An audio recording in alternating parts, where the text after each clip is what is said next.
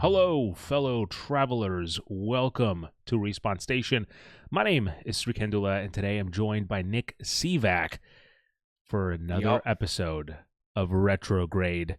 We're on episode 2, and we've somehow already tackled an absolute behemoth of a game. But of course, the credit, or perhaps blame, all goes to you, the readers, because we held a poll after the last episode on RespawnStation.com, and in a surprise sweep, Dragon Age Origins went from last place to dead first. So here we are. We have both spent a little over 30 hours on our adventure through Ferelden, and well, that brings us to here. I have been very excited to talk about this with Nick because, you know, it's the same thing. If you're new to the show, or if you haven't listened or watched before, we don't discuss any of our thoughts prior to the show. So I'm really curious to see what Nick's notes are, what his thoughts are, and also to share my thoughts with him, because I guarantee you there is a fucking plot twist in this episode, ladies and gentlemen, but that's going to come later, because the structure is we're going to go through initial first impressions, just so you know if we recommend playing the game or not. And then, I said this last time, and I'll say it again, I will treat this as a book club for video games. So go ahead, play the game for yourself, come back, and hear our thoughts, because then we'll go into spoiler thoughts or story thoughts, and then at the end we'll talk about gameplay, anything else that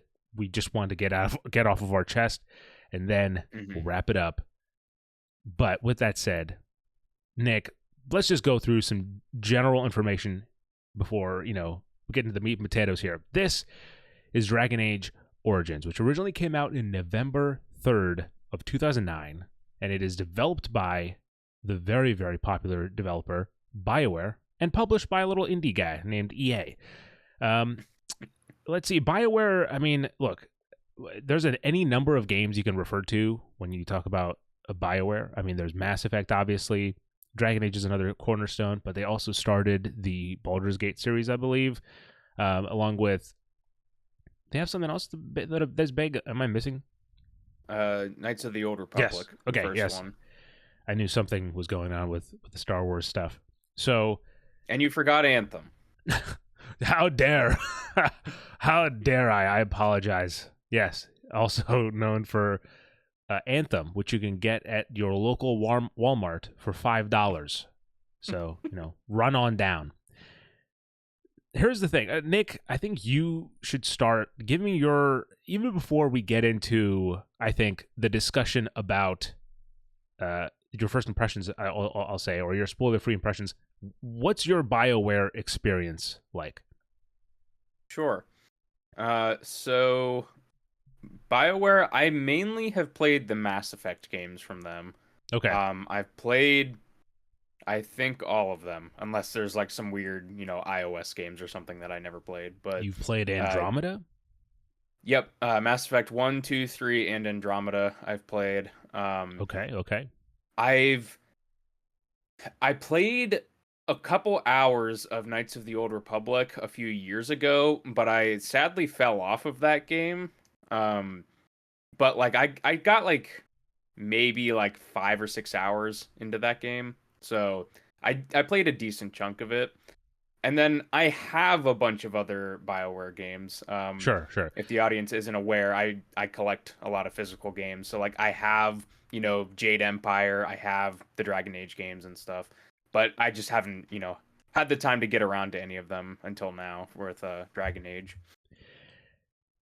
Mainly Mass Effect. Yeah, but I'm on the complete opposite end of that, end of the spectrum, because I also have a few BioWare games, but I've not played any of them. And so I think of all of us, Dragon Age, I did think Dragon Age would be my first BioWare game. I just expected it to be Dragon Age Inquisition, because I bought that game for the PS4, and then it's just been sitting there. I was like, I'll get to it eventually. It's like the definitive backlog game. But I think the first title in a series or like, the beginning of the kind of storyline is always the way I like to enter games or game series. So it worked out well in that regard. But oh man, let's see here. This is my first BioWare game, and it's kind of like getting pushed into the deep end of the pool, I think, in some regards. So was that, well, first of all, let's talk about your, again, spoiler-free first impressions. Did you feel that way, or were you like a little bit more accustomed to it? Because I think is Mass Effect's more of a shooter, right? Like it's like a third-person shooter versus what this is. I basically. So if I'm gonna open up with like just my general thoughts on it, I think Dragon Age Origins is very okay. I didn't hate my time with it, but there's a lot of stuff with it that made it really hard to love for me personally. I think comparing it to like Mass Effect, because like, we mentioned all the stuff that BioWare has made and stuff, but obviously kind of like, Bethesda being known for Elder Scrolls Fallout, BioWare's kind of known for Dragon Age Mass Effect, I feel. Like that those are kind of like very fair. Their things, right?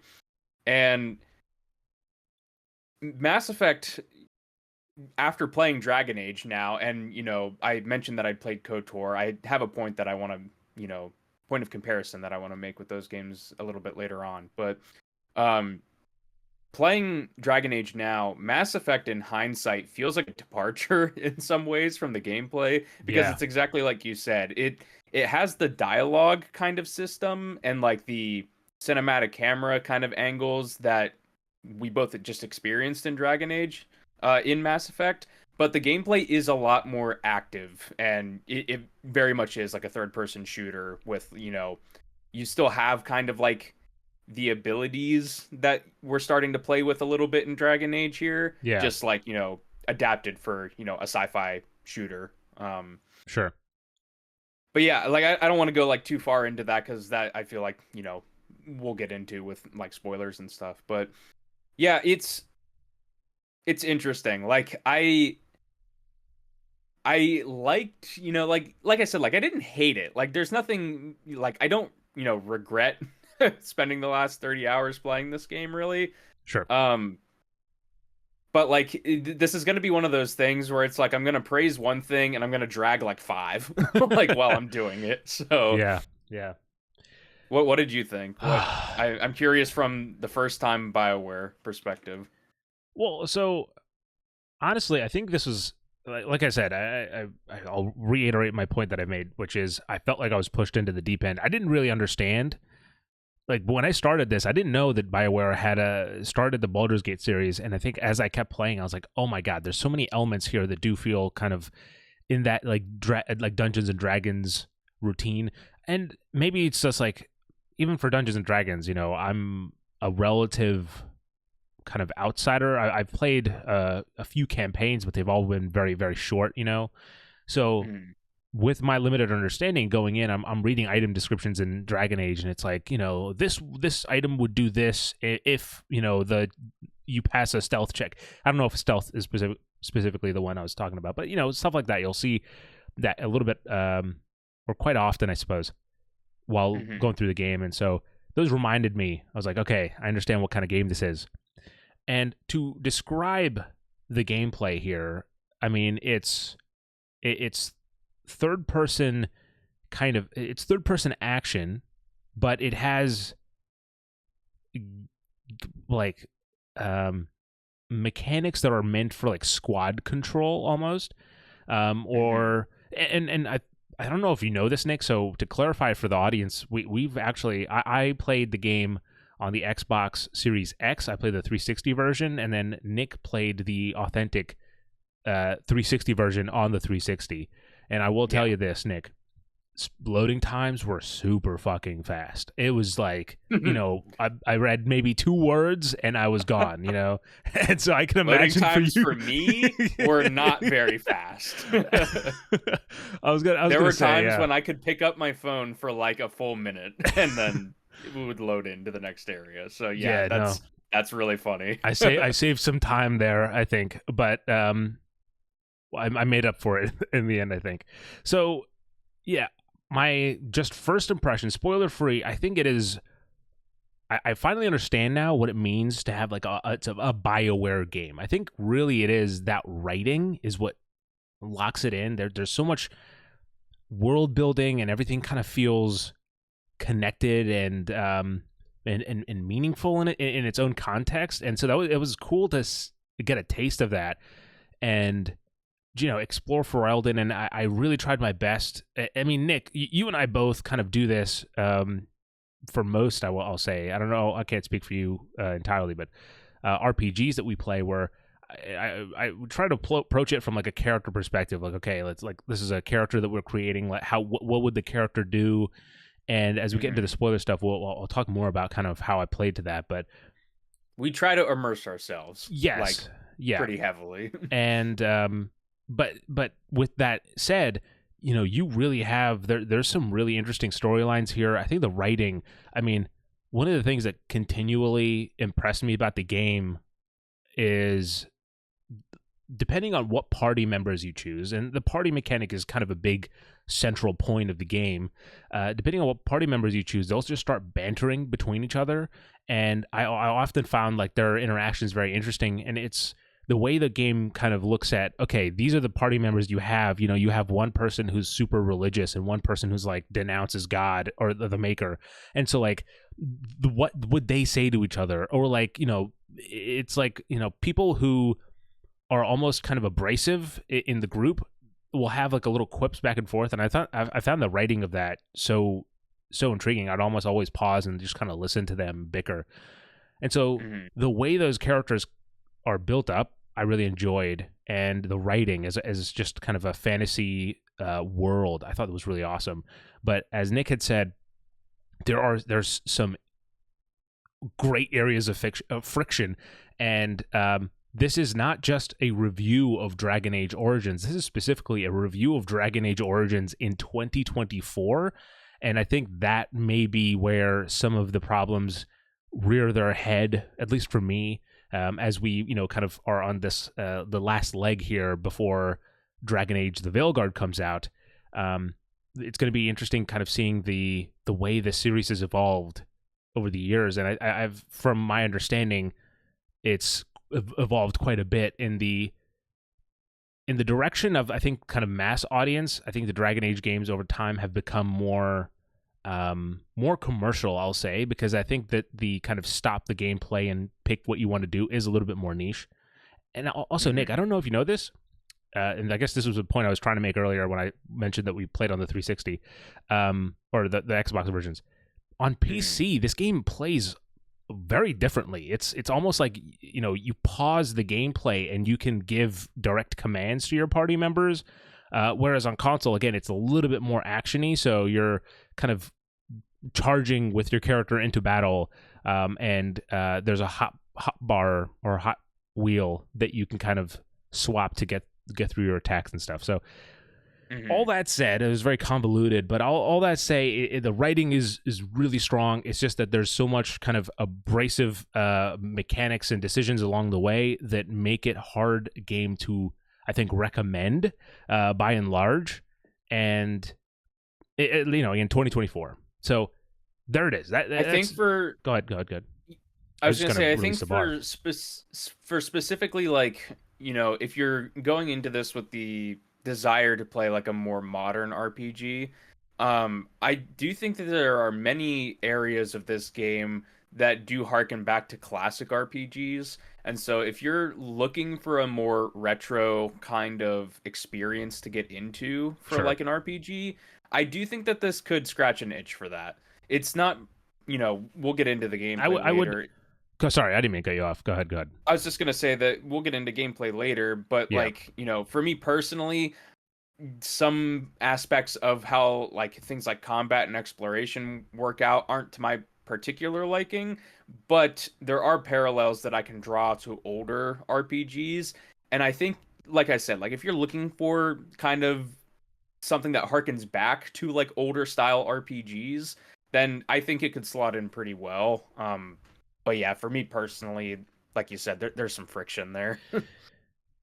With that said, I'm going to put up the spoiler warning, guys. If you have not played Dragon Age Origins and you care about the story, then do not watch any further. We're not going to go, actually, no, we're going to go out of our way because we're going to talk through the story. That's going to be a big part of this next discussion. And while we do, we're going to kind of cover at least a few kind of different various points that we have relating to the story and kind of the pacing of it, I'm sure. But if just continue forward if you have played Dragon Age Origins or you simply don't care and just want to hear us talk about a video game, which of course you can do that every week if you tune into the Respawn Station podcast. But that's beside the point. Now, okay, so let me set it up here, Nick. So 400 years ago, corrupted mages that were essentially trying to become like go to heaven. Again, by the way, I should say this is like, abridged as hell. I mean, I'm coming up with it. Like, I have some notes, and I'm gonna try to put names and stuff together in my head. But bear with me if I get lore wrong. I'm sure some lore masters will correct me in the comments. But so these corrupted mages became Darkspawn because they wanted to go to heaven or whatever, and they got rejected. They became Darkspawn, and if Darkspawn being like essentially orcs from Lord of the Rings. Yeah. And if not for the help of the Grey Wardens, the darkness might have won initially, back again 400 years ago. This story starts with a betrayal. Oh, actually, I'll say this, because right off the bat, one of the things I do really appreciate about Dragon Age Origins, because before we even get to the story, you have character creation, and you have human, elf, dwarf races, and you have like warrior, mage, and rogue classes, and along with 6 backgrounds that can be selected. So essentially, I think I got the math right on there. So essentially, based on what race you pick, you have a certain kind of storyline that opens up for you. And luckily, and for the sake of the discussion, Nick and I picked very different ones. I picked a human noble, actually. And Nick, what was the one you picked? I picked a dwarf rogue. Okay. So, do you want me? So here's Which the I think will be very interesting to talk about how the story divulges here. So, do you want to go first, or do you want do you have your story in mind, or because I can go through mine pretty quick. Okay, all right, hit me with it. Yeah, so basically, I built myself as a dwarf rogue, and then I chose the backstory that basically kind of involves you in like the crime world, essentially in the Orzammar, which is like the capital of the dwarves. Here's a fun fact. So the place is called Ferelden, I believe, like with the country, but the world is called. I'm gonna say it wrong. I don't know if they say it in the name. It's Thedas, right? It's Thedas. I believe, from what I've heard, that is literally from the phrase the Dragon Age setting. I think it's like that's the abbreviation is Thedas. That's not how you pronounce it, but anyway, there's a little fun fact for you. Anyway, continue. That is funny. It took me a second to understand it, but yeah. The Dragon Age setting, yeah. I would not put it past them to put that is the reason. You started in Orzammar, in the dirty streets of the dirt. Yeah, no, was it the lower? There's a name for it. I forget what it is. The Dusty Road. Yeah, I don't know. I think something along that. Yeah. But yeah, you start as this kind of basically bottom of the rung kind of character. They have a caste system in the dwarves. Okay. There's people that are like merchant caste and noble caste, and they're all the like rich dwarves, and then there's people they're called casteless basically, and they're kind of like scum of the earth, like poor people that all the nobles have to turn their nose up you can't associate yourself with. Exactly. People that are casteless are branded at birth, so you have this like brand on your character's face, and that's how everybody knows that you don't have a caste, right? And so you're kind of folded into this crime syndicate. I don't really know the exact term for it, but you have kind of like this guy who is not well respected among law abiding citizens, let's say, and you're basically just an errand boy, more or less, you and your friend. Right. um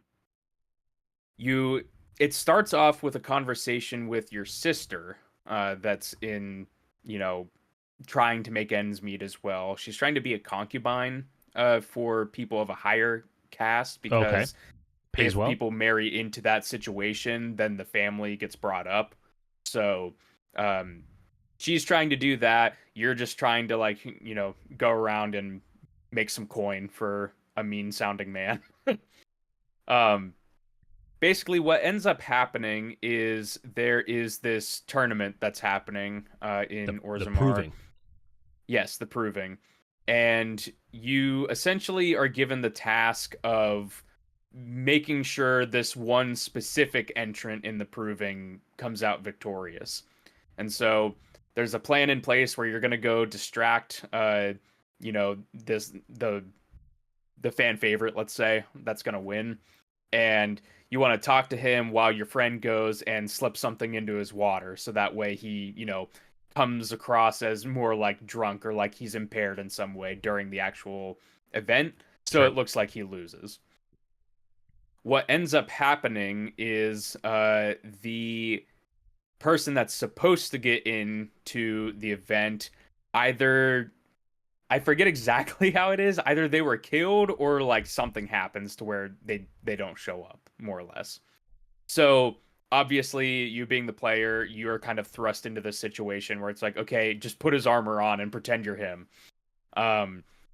You go into this arena and you fight during the Proving.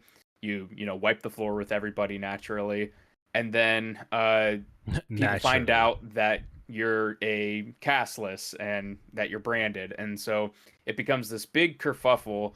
But the person of importance that is there watching the Proving is Duncan? Sir Duncan, Yes. who is kind of the leader of the Grey Wardens, which we didn't really say, but it's just kind of like a group that's wizards almost. They're kind of they're supposed to like unify. I guess they're not wizards because they don't all have magic. Yes, yeah. But yeah, and then afterwards, Duncan basically asks like, "Hey, would you, I know you're a casteless here and everything. Would you like to join the Grey Wardens? You've proven yourself in, combat and all that. We could use somebody like you." You say yes, say your goodbyes to your friends, and then you are off to Ostagar, which is where the first main battle takes place in the game. Yeah. But yeah, I should say before I get your part of the story, Sri, throughout the game, branching from this point, I was trying to stick as close as possible to like, what would my character who grew up as like, having a criminal kind of roguish background, how would this impact my decision making on certain quests and like which jobs I would take?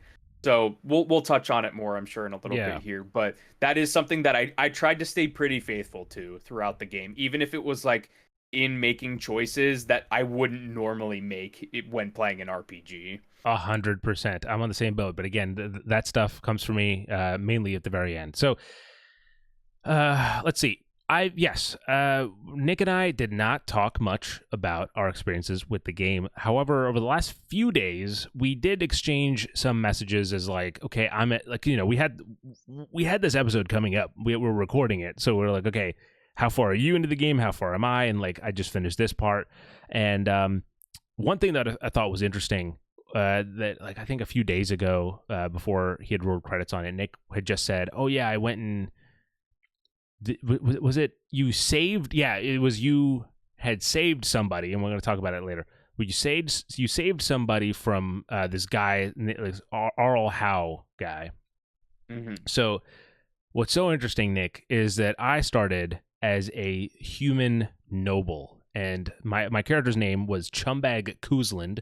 And and it's so great because every time I meet someone, I can say I am Chumbag, a Grey Warden.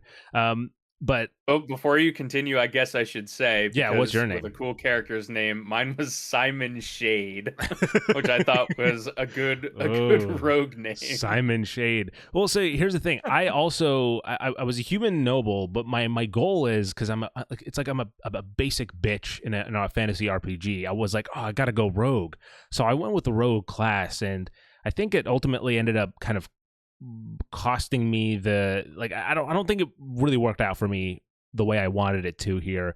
I think I would have been better if I played it as a warrior and kind of played it, yeah, in that kind of aspect. But anyway, so I was a Kuzland, and the Kuzlands are this, this noble family. There's a name for the nobles, but I'm not sure what it is.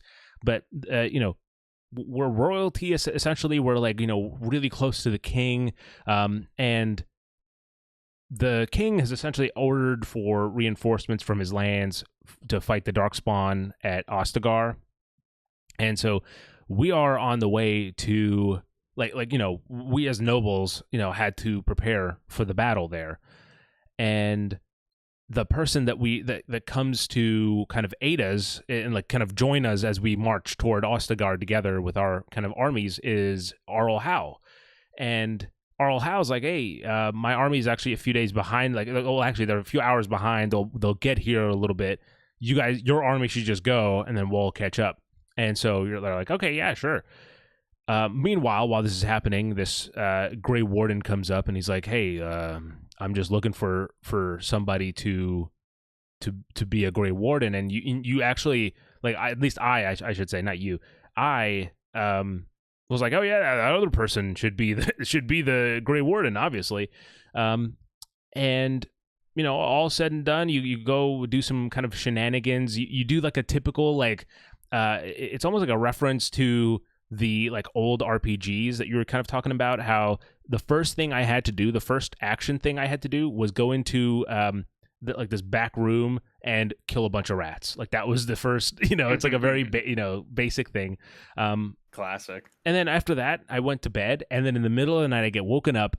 The Arl House men are here, and they've slaughtered my entire family. The only one left is my brother, who's already marched off to war with the army ahead of time.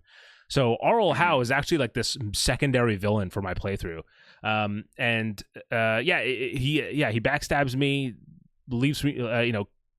I managed to escape with the Grey Warden, and I see him eventually later on in the story. But after that, once I leave with Duncan, I go to Ostagar, which is where Nick was saying. This is the big kind of title drop of the game. It's the really all of the. I mean, it's going to be a weird comparison, but for those of you who played Cyberpunk, this is the part where a certain character dies, and you're like, "Oh, okay, I'm back to this." Okay, so that's the equivalent. Put it more like to put it simply, I guess, would be this is the point where all of the different storylines starts converge. Yes, yeah, and the general gist, and I'm going to speak to some of the general stuff, and then we'll kind of go into what we specifically did as we go. But right here at Ostagar, the King Kalen is trying to make this big standoff. Right, that's his name, Kalen. And yeah, he's getting ready to do it, but then Loghain, who is a fucking bitch, ends up like not supporting Kalen, which Kalen is Loghain's basically like the general for the army. Yeah, under the king. Yeah, and Kalen is like this like old Uber king. He's not lost. He's fucking, his track record's flawless, but he's also going for the glory. He's he's one of those guys, and so Loghain's like, oh, he's suicidal. I'm not gonna go support him. He backs up his army, and as a result, Kalen ends up dying, and along with a majority of the Grey Wardens that were kind of at his side supporting, including Duncan. So the person who kind of like the leader of the Grey Wardens. And also, I suppose the Ostagar is a kind of a meaty little chunk. Like this game has several meaty little chunks that kind of stitch together. So in Ostagar, before the battle, I should say, is when we go through the Darkspawn, or sorry, the Grey Warden test, and the crucial part of the Grey Warden test is at the end you drink a piece of like Darkspawn blood, And this essentially is like a trial by fire. You either like die or you make it through it. It's excruciatingly painful, but once you are, like, you're a Grey Warden. And so you, along with, for me at least, it was Alistair, right? Was that for you as well? Yeah. Okay, so Alistair ends up becoming the Grey Wardens, and then along with that, right after that, you get rescued. Again, I think, Nick, just correct me if I'm wrong, if that didn't happen to you. So then you get rescued by Flemeth, and she gives you, she sends her daughter after you, just says, hey, there's a mysterious, she whispers something to her and then sends you off. And so you have Morgaine as well on your party. And so your first kind of initial main war party, once you've started the game, is you, Alistair, the Grey Warden, Morgaine, the witch, and actually, who's your fourth, Nick? My fourth was one of the dog companions. Okay, there was a side quest while you're doing the Grey Warden test where one of their like war dogs essentially was I think sick was mainly what it was. Oh, and I see. If you gathered these materials to bring back to the person, it would revive the dog. And so as we were setting out on our journey, the dog just kind of like, came across us and was like, oh, I'm with you now. So. Sure. Okay. For me, it was actually the dog was like a family dog. And so that's funny. It was like I mentioned the first combat encounter with the rats. It's actually when you go in there, you're there to stop your dog, and then the rats attack. And so, that's the dog has a little bit more of, I guess, a background here in my playthrough. So that's the core party. But then along the way, as depending on what side quests you do, and then also what main quests you're taking, like how much progress you made in the main quest, you'll get new characters along the way. So, with all that said, I should insert here that is a very Mass Effect thing. This party kind of system. Yeah, okay. The same kind of thing happens in Mass Effect, where as you go on your journey, you're recruiting other people into your crew, and then you can kind of select like who you want with you on missions, just like in Dragon Age here. Yeah. But before you go to every kind of big area, you can, or if you're leaving or entering certain areas, you'll be asked what party you want to make, and that brings us to what the main, this took us this long, that's the main objective now of the game has opened up. So you have a bunch of treaties that I believe Flemeth gives you, and these are like Grey Warden treaties that you have to use, or you have to. They were treaties that were established in hundreds of years prior from older Grey Wardens that basically state that each of these groups, like the elves, the dwarves, the humans, they all have to come together and aid the Grey Wardens in fighting the Darkspawn. Yeah, and when the time comes. And so it's kind of like there's they're a bit sectioned off and they're having their own issues that need to be solved, but once you kind of come in and fix their problems, they will uphold their end of the treaty and join you in your quest to stop the Darkspawn. Now, I, at this point of the game, was pretty lukewarm. I was like, okay, I get it. I understand what's going on, but I'm like, nothing is really like, hooked me. And I think maybe part of that is that, look, again, I've already prepared. I'm sure I'm going to piss off some Dragon Age fans. All right. I don't care. It feels like, like Lord of the Rings, but with like just different names.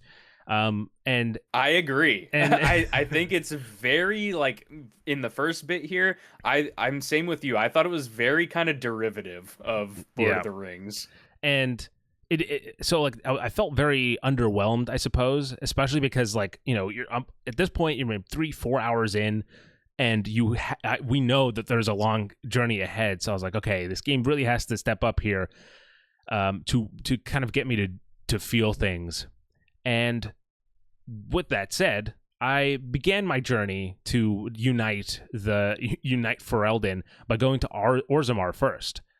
Well, roughly, I'm going to give you the bullet. Not I'm going to give a huge play-by-play, but essentially, I went to Orzammar, and what I discovered is that there is a struggle between power. There's a king that like there's a son of the king, and then there's this like the king's like advisor or someone, like someone close to the king, and they're having a power struggle, and you have to go in and pick a side of which one you want to back, and then you go through the proving to back them up.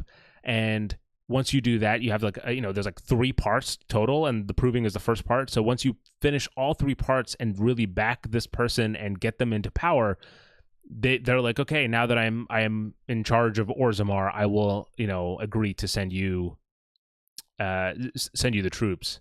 But I was like on the last person in the proving, the first, like as soon as I started playing it, I was on the last person of the proving, which is like a pair, or not a pair, a trio. You're going against a trio, and I ended up getting my ass handed to me just repeatedly. So I was like, okay, I need to step away. So with leaving them there, I left to Redcliffe and started working on Redcliffe. I helped some fortifications there, built it up, and then they're like, okay, we survived the night. Now we need you can go into the castle. I go into the castle. Turns out there's a demon child in Redcliffe that's causing like zombies to roam around, and and the zombies are coming out of the castle and attacking the village every night. Yes. Is, why they needed your help. Yep. And, again, there's a lot of like, if we were to go like through all the details, like there's a blood mage who ends up being like, who was there to tutor the kid, but then he ended up. So like, there's like a whole bunch of things that we could get into, but we're not going to, because that would make this like a 5-hour long episode. But yeah, I went to Redcliffe, and then while I was at Redcliffe, they're like, hey, we need to get like this kid exercise, but the only way is to go through the Circle of Magi. And so I ended up having to go to the Circle of Magi and doing that quest, which, it's like everything in this fucking place is going to hell in a handbasket at the same time, because you go there and they're like, the tower's locked down. We can, if you go in, you can't come out until it's safe. So you're pretty much like locked into this, encounter. And so you go in, you go up the tower, and then, Nick, there's a mission that's called Lost in Dreams, because when you get to the top of the tower, you meet one of these shaper, I forget what they're called, some ugly thing, that when you look at it, it puts you into a dream, and then there's like a kind of a dream sequence. And this one, I was very curious to talk to you about, because it kind of reminded me of Tranquility Lane. Right, that's what it's called, from Fallout 3, where it's like this weird, like, everything is off and you're in this ethereal experience. The difference was, and there's also a tone difference. Like, it's like you are in on something, or how do I say this? Something that no one, like the characters don't. And so you're kind of like, okay, how do I navigate this? And obviously in Fallout 3, it's this utopian little road. Here it's everyone's in their dreams, and you have to like, there's like a circle of like dream levels, and you have to break through, you have to complete all of them, and then like branch out to get the characters that you want. And if you don't want those, you can go straight to the bad guy, and then you end up having to fight the boss with a kind of a weaker team. So there's a pretty extensive dream sequence at this part of the Circle of Magi. Anything else different for you? I mean, I know obviously the order that I think we're taking this is different, probably. The beats are there, but the order is drastically different. Basically, I went straight to Redcliffe first. Okay. I defended the village. Before going to the castle, I decided to go to. I just wanted to explore. Okay. So I went to Denerim. Briefly, and just kind of like, there wasn't a whole lot to do there. There's some side quests to get involved with, but that's kind of like a later game, like city environment.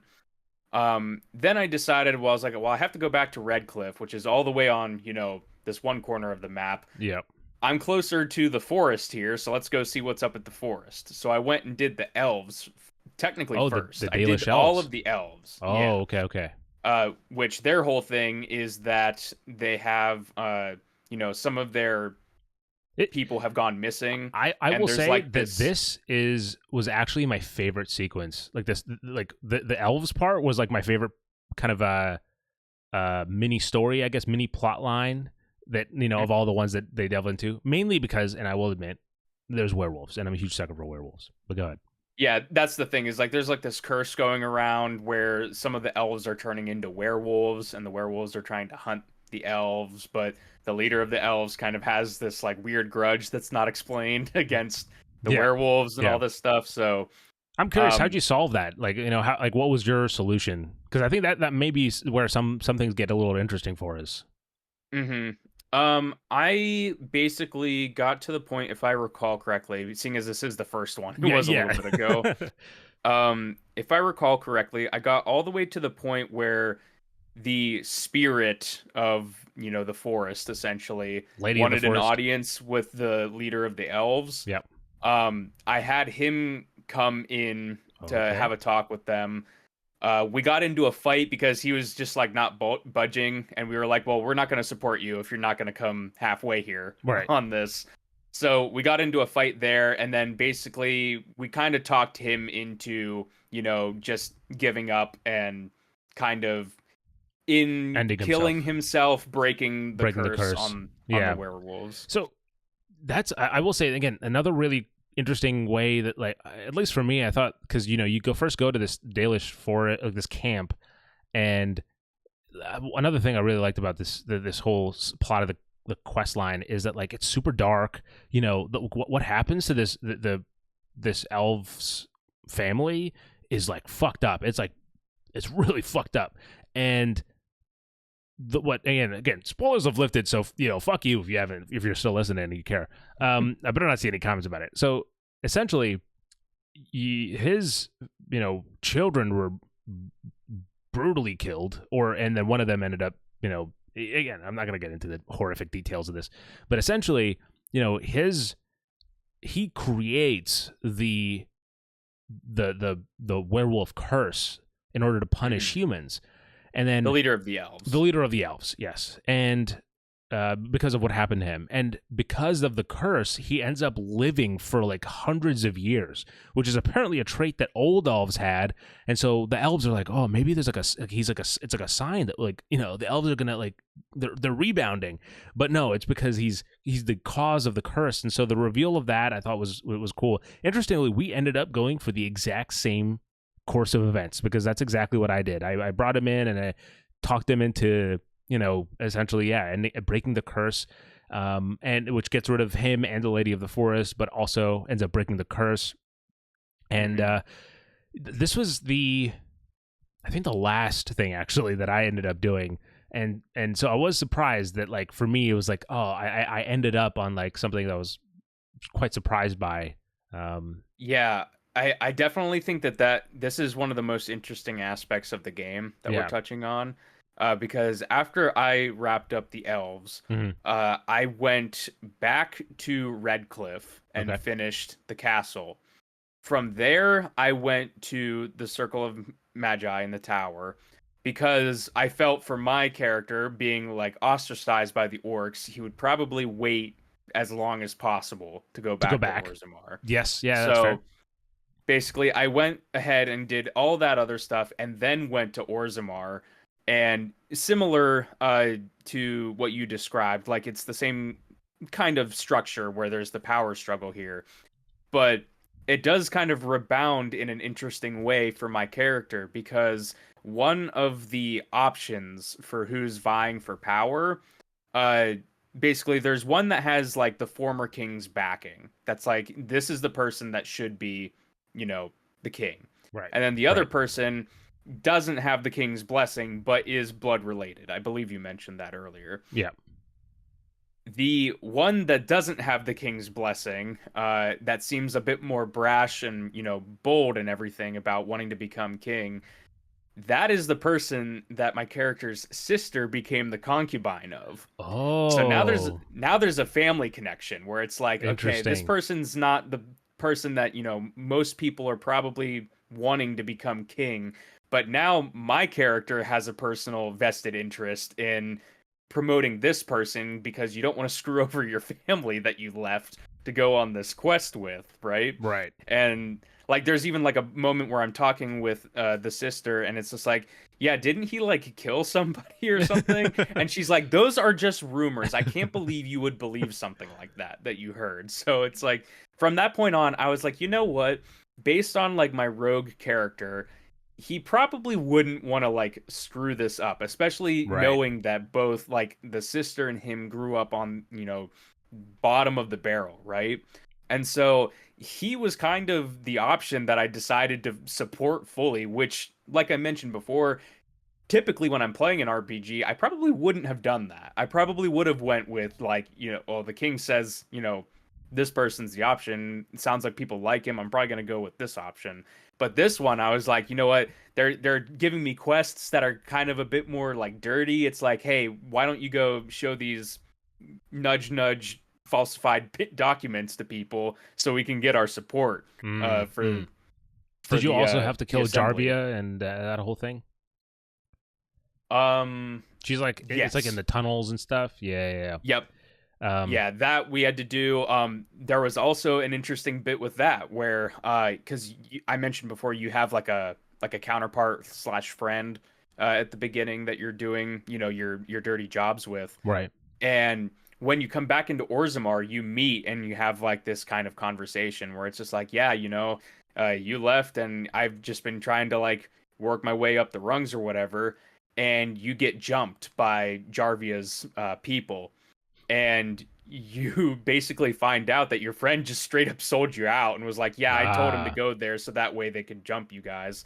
And then basically it becomes into like a subtle like revenge plot where it's like, okay, like, thieves are always, turning on each other, right? And here's my friend, like my so-called friend, turning on me, trying to kill me. So then basically I just scorched earth, and I was just like, yeah, you guys are all getting wiped out. Like, yeah. I think, one thing to, I'm curious if you felt this way. I have this down in my notes, but I think I also bounced around a little bit. So maybe I felt it differently, but I think that every hour or so, the game goes in like a pretty unpredictable direction in terms of like, if you asked me where I would be in an hour in the game, it would be like, okay, I think that I felt this mostly when I was like, at one part I was like, okay, I'm in the last stage of the proving, but I'm getting my ass kicked. Go over and there's I'm helping this town. All of a sudden there's a demon child, and then progress forward a little bit more, and then all of a sudden I'm lost in dreams, and then progress forward again, and I'm helping like a dwarf girl get into the circle of magi, and like like giving her a chance. So I think that change of variety in the story was interesting and unique, and I felt like to some degree it was easy to kind of keep wanting to see what was next after up to a certain degree. And I will say that I had talked about my 4 or 5 hour thoughts, but going into like 10-15 hours into the game, there was a point where, and I'm not sure if we said this on stream or like if we had this exchange, but it was essentially, I was like, I don't know if it's a Stockholm syndrome effect of I was just spending so much time with the game that I was like, oh, it's growing on me. I started to, and it also took me a bit of convincing to myself. I had to say, okay, this is definitely a fantasy, right? Like it's high fantasy, but they've really kind of committed to this, to the genre, and so the writing is super fantasy. Like there's a lot of tropey things in the game, but they also end up they're building out their own tropey world, and so I was willing to kind of commit to it. And there was a point where I was like, wow, this is really working for me. And I think the biggest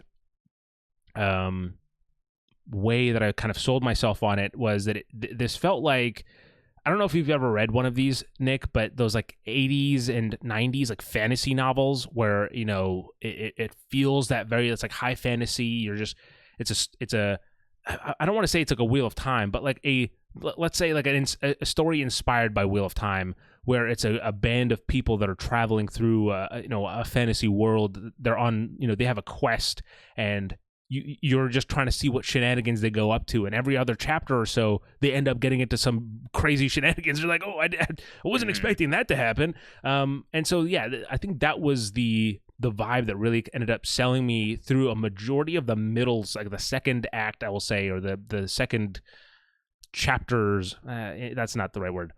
This middle third of the game, I'll say. That's probably the best way to say it. Middle third of the game. Yeah, I think specifically, like if we're gonna like drive a nail in it, at least for me, the fight against the Darkspawn is easily the least interesting part of the game, and it's the part that feels the most derivative. And I think, there's a reason that it's at the very beginning and the very end, I feel like, because it's just like you don't really feel the threat of the Darkspawn very much. Like you do in some areas. There's clearly like Darkspawn that will spawn in everywhere and fight and everything. But when you're going to each of these like big hub areas, it's kind of its own contained story, like you were saying. And I think that's where they kind of flesh things out, and it does become a bit more interesting. Like I think I do mirror you in that as it was going on, like I was curious to see what was going to happen next, because the setups for the situations were interesting. Not necessarily like, at least for me, it wasn't really about like, oh, spooky elf character is, causing a ruckus in the castle, right? It was like, because it's like, oh, there's a weird demonic child now, like just talking to me, and how am I going to, can I pass this persuasion check and make him stop? Like, that is where sort of the dynamism kind of was keeping my interest specifically. But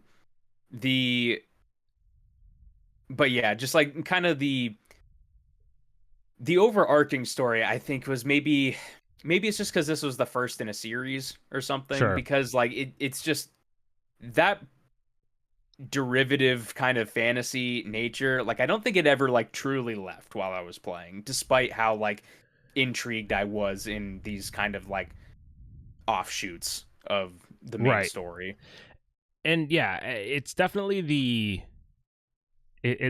story definitely feels, the overarching story, the grand quest here is, I felt very indifferent about. I didn't feel a great sense of motivation there, and I didn't feel the threat of the Darkspawn as much, other than obviously them hyping up. I actually think that as an antagonist, that Loghain was much more interesting, and the game also has this interesting interludes that happen where, as occasionally once you finish a certain kind of amount of quest, or make enough progress, if you travel to a different area, while you're traveling, it'll cut to Loghain's perspective, and it's him like finding out about certain things you're doing, or just kind of like talking amongst his court. And at one point you see him hire an Antivan Crow assassin after you, and then later, like as you're traveling, right after that, you'll get jumped by that person. By the way, curious, did you run into Zevran or whatever his name is? Well, I have an interesting story. Yes, yeah, go. I was going to ask you what happened with that. Yeah, so basically they jump us, and at the time with my character, the way I was playing him, I was just like, hey, if somebody's going to offer help, it's like, why not? Just tag along. And it's like, even though he tried to assassinate us, it was like, because I had that like kind of criminal background, I was like, well, maybe I could use somebody with those skills. And I believe Zevran is classified as a rogue character. Yes, he is a rogue class. So I was like, at that point, I didn't really have any people like that. So I was like, sure. Like, I'll let him tag along. And he's like, you kind of have a back and forth where you're talking, and it's just like, well, how do I know you're not going to turn on me? And he's like, well, I failed already, and you already proved that you can kick my ass. So it's like, if I go back to the Crows, they're just going to kill me anyway. And so I was like, sure, why not? I had Zevran in my party for a vast majority of the time after that. And I'm very curious if you ran into this. I think I did, but I'm Did he ever turn on you?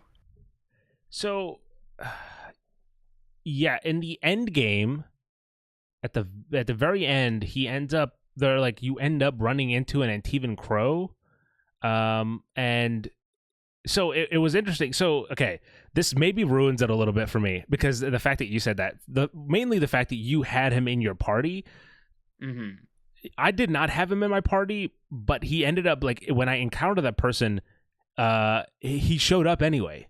Like he just showed up. That does ruin it for me Yeah. because it felt kind of really impactful in that moment because we're having this conversation with the guy and he's just like, well, maybe maybe I could come back, and then you're like, well, I would need to die for that to happen, and then he turns on you, and I was like, oh, that's kind of cool. Like he's been like a party member this entire time, and because I've been traveling with him and getting into combat with him, there's a little bit more stakes to that. But that sounds really lame that he just like kind of appears out of nowhere. Like look, again, there's my entire playthrough of Dragon Age Origins is on my YouTube channel, and so I'm sure people can go back and exactly find it. But if I remember correctly, it's literally like he spots the four, my main party members, and he's like, oh, so you don't have that, the Zevran, or he calls him something, you don't have that person with you, and then he just kind of like Zevran just walks over, and he's like, oh.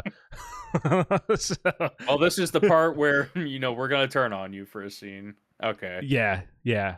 Well, it felt a lot more dynamic and interesting in my playthrough, I guess, is how I'll save that. And did you ever come across to the point where you could join the Antivan Crows? I got a quest for it, but I never pursued it either. Yeah, I was like, this doesn't feel like my character at all. Yeah. Mm-hmm. Go ahead. What are you saying? Yeah. The thing that I just wanted to say is I think that it's story related, but it's also in how the game is designed. I think it is interesting that it's designed in kind of this, bicycle wheel way where like you and we do have pretty different stories, even though the beats are the same. Right. The way that we kind of decided to tackle certain things based on how like our character background tied into that stuff. Right. I think that is an ultimately a strength for this game specifically, and how it portrays its narrative and everything. But I also feel like you have to, similar to again a D&D or something, where you have to go in and say, okay, I'm going to commit myself to this. I think you get more out of the game by doing that and just saying, oh, I'm really here to commit to this narrative and just kind of see it through. So that I should also add real quick that with that, to play the opposite side of that, I do think that it kind of hamstrings the narrative, and it makes it so that each of these sections has to be pretty structured and that we have to have similar experiences, because kind of like how in games like Breath of the Wild, let's say, like you're kind of free to go wherever you want, but that means everything has to be designed pretty similarly, because you don't know which is going to be a player's first location and which is going to be a player's, second, third, fourth location that they go to. Right. So like the overall like path through the story is interesting, but like the beats are, pretty formulaic once you, look beyond the set dressing. Yeah. Now, that brings us to the last act of the game. So at this point, we have gone out. We've, called in the treaties of all the favors. We've solved the problem with the demonic child. Did you also go into his dreams and like insidious the demon out, and then? Mm-hmm. Yeah. Okay. Sure. And then in my game, I had the mom sacrifice herself. Oh, interesting. Which Alistair, I don't think was a fan of, but I figured she said that she wanted to like basically atone for allowing all of this stuff to happen. And then I had also broken out the blood mage earlier, and I was like, if you want to atone, like help this happen, and then we'll figure out what to do with you.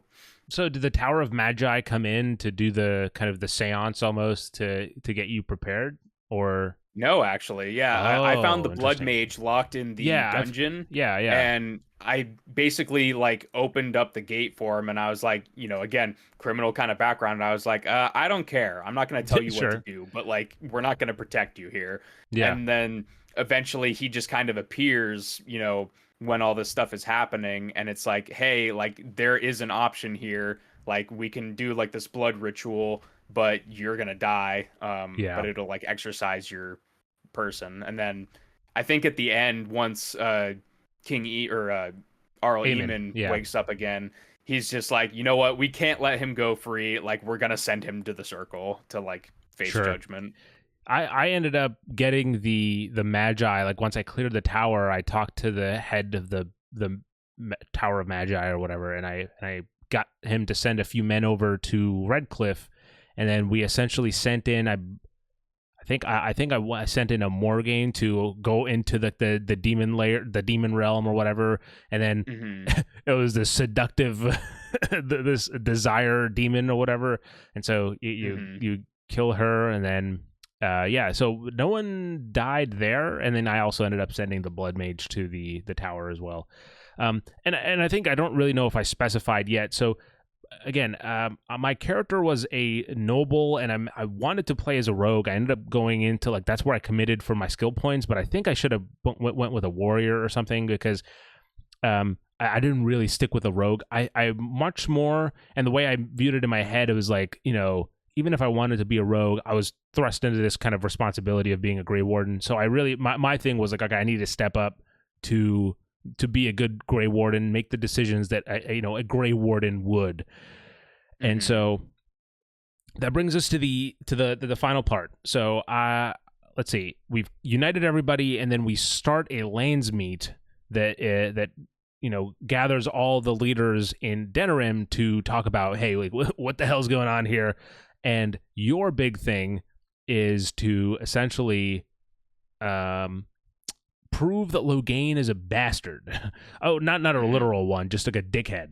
And so you have to find out, find incriminating things about him. Part of which, as Nick was saying, that the Queen Anora, who is Loghain's daughter, and married to Kaelin before he died, she is imprisoned in Arl How's place, and so. While Nick went in for just, hey, this is a random Arl, I have to go in and break out this person, I was like, this fucking bastard killed my family. So I was definitely fueled a little bit more there. But then you also go into, here's another one. Did you end up getting? Did you go into Fort Draken? Like, were you arrested at all? Yes. Okay, how'd you get out? I'm curious. Because I'm a silver-tongued con artist of a dwarf, I was able to pass pretty much all of the speech checks and everything, and basically what it ended up doing was I tricked the guards into thinking I was a new recruit, got outfits, and then we just walked out. See, Nick, you and I, similar, I think maybe it's because we went rogue, and rogue, part of that rogue's thing is that you the cunning and stuff, you have to level up. And you end up the persuasion checks are so easy when you pump the the skill points that way. It was one of the first like skill trees that I like fully maxed out because I was like, it's definitely part of like a rogue to have like a silver tongue and everything. Yeah. So I had it pretty much maxed out pretty early on in the game, and it definitely came in clutch here. So yeah, I mean, for me, I convinced the guard that we were gonna have a sex, and he came into the thing. I made him take his clothes off, and then I fucking jumped him. And then I went through a similar thing as you did. Real quick, Sri, I just wanted to say I really liked that sequence of being able to like trick everybody. Yeah. And it made me wish that there were more opportunities throughout the 100%. game. Because it feels like while, you have the different like classes and everything like that, it feels like, at least for me when I was playing, a lot of them still kind of catered to like the warrior or like the good bad kind of paths more so than the like, hey, like I'm gonna sneak around and like, talk my way out of stuff. There's moments like this where like it really does shine, but then it's like gone right as it starts. And it's like, I kind of wish that there were more opportunities for this. Yeah, I thought the fort sequence, I did get lost a little bit, but once I got out, I thought the sequence itself was cool. And that was one of the kind of the minor like late game, once you get into the last act, there's a few wrinkles the game throws at you to kind of Yeah, like a little twists here and there. So yeah, going to jail was one of them. And then you also investigate the alienage, the elven alienage, where you have to see what's going on. And I ended, you end up finding out that Loghain is essentially working with these slavers to ship off a bunch of elves, and so that they can get rich. And so, were you a corrupt rogue, or were you still upholden to the Grey Warden, aspects? I was still trying to be a Grey Warden and being a rogue. Basically, I was trying to play it as a Grey Warden, but who wouldn't shy away from doing Robin Hood-esque things, like stealing from people and that sort of thing. If it basically at any chantry board, if somebody was offering money, I was taking those quests. And doing that kind of stuff. If anybody was just like, we're just looking for a good, kind-hearted soul to help, I was just like, nah, not worth my time. Who? Okay, so let's see. That brings us to is there anything else kind of in this town? You gather the evidence, you go to the Landsmeet, and then you end up having okay, this is where things get crazy. So by this point in the game, I had, if you were to kind of graph the parabola of my experience and my emotions through the game, start off a little low and then goes high through the middle. Here, I was a little bit tapering down because I was like, okay, I get it.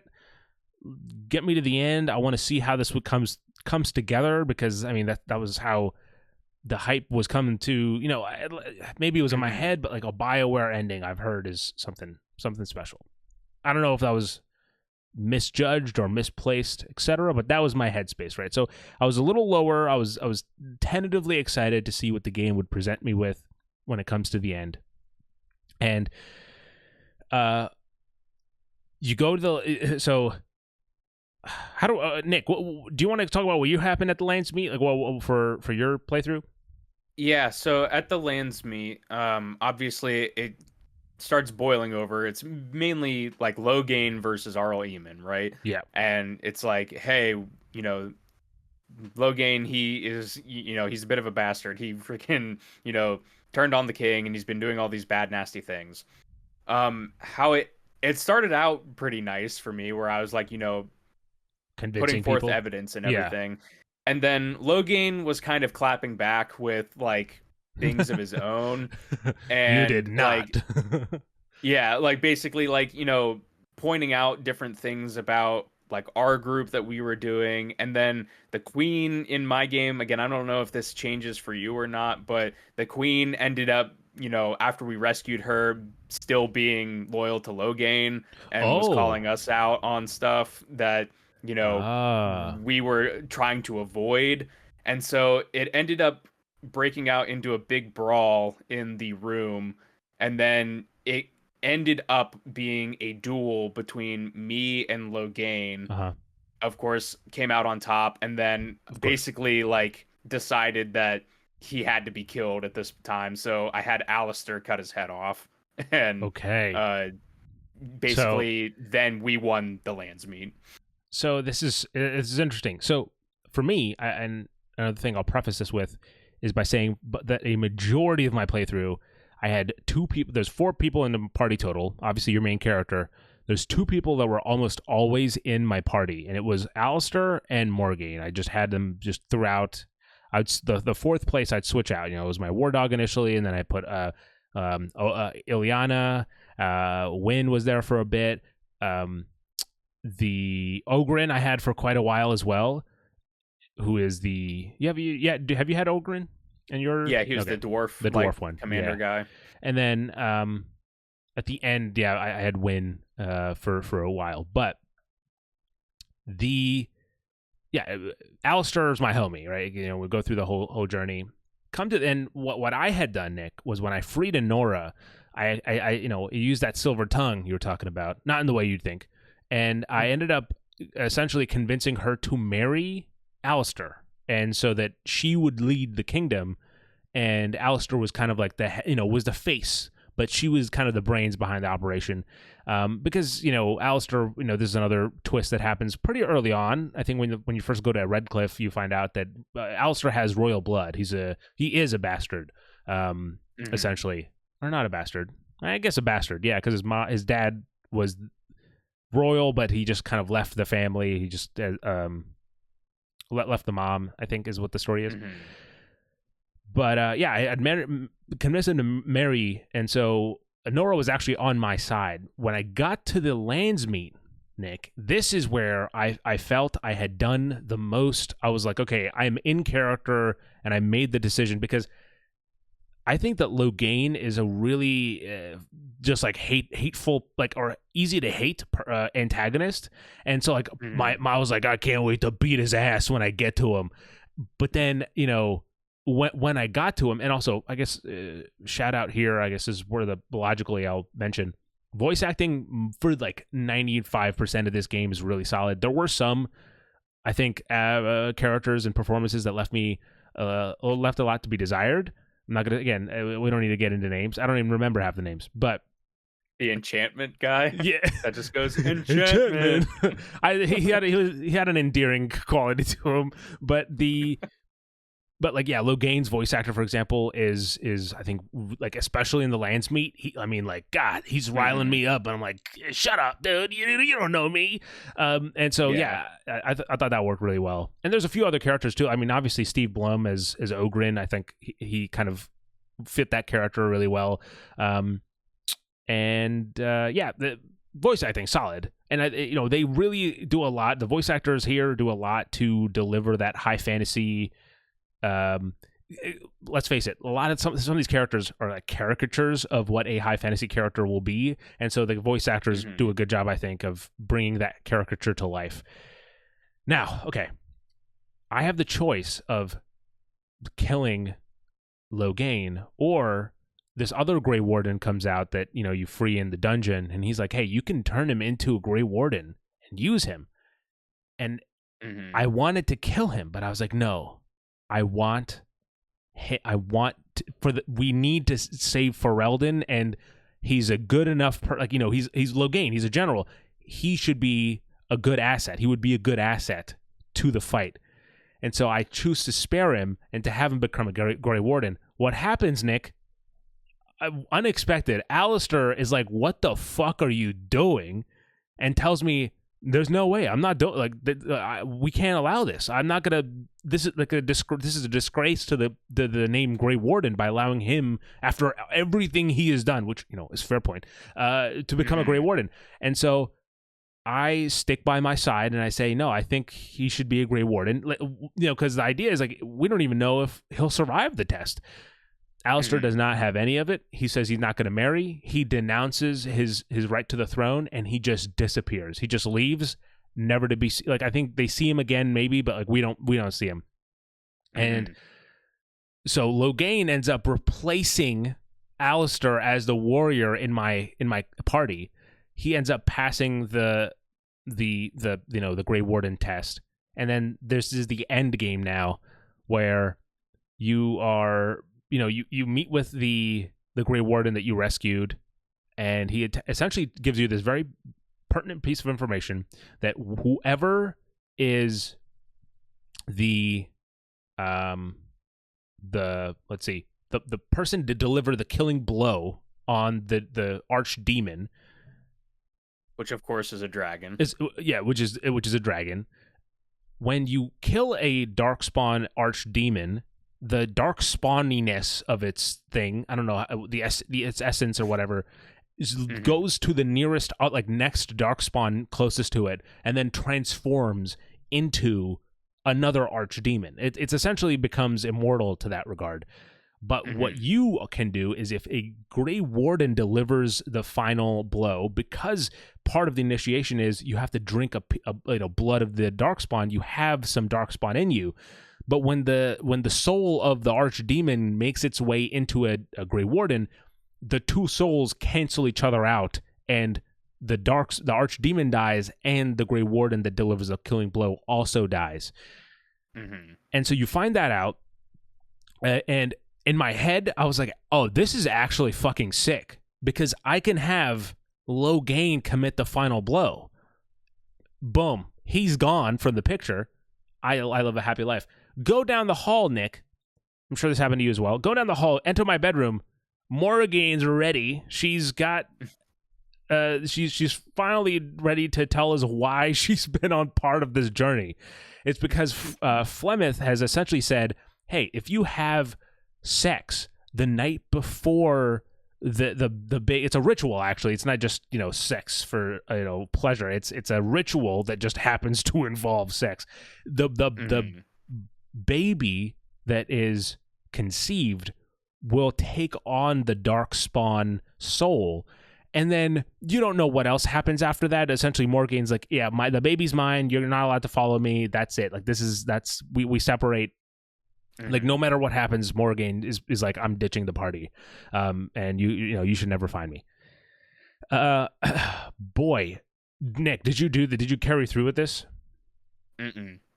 I wish I didn't either. I was peer pressured by chat. I did it, and then immediately I was like, this doesn't make sense for the character, because I feel like the plan was there for Loghain to die, and now I've ruined it, because either I have to be the person to deliver the killing blow, or like Loghain does, but then he lives and he gets he becomes heroic, and like fuck that.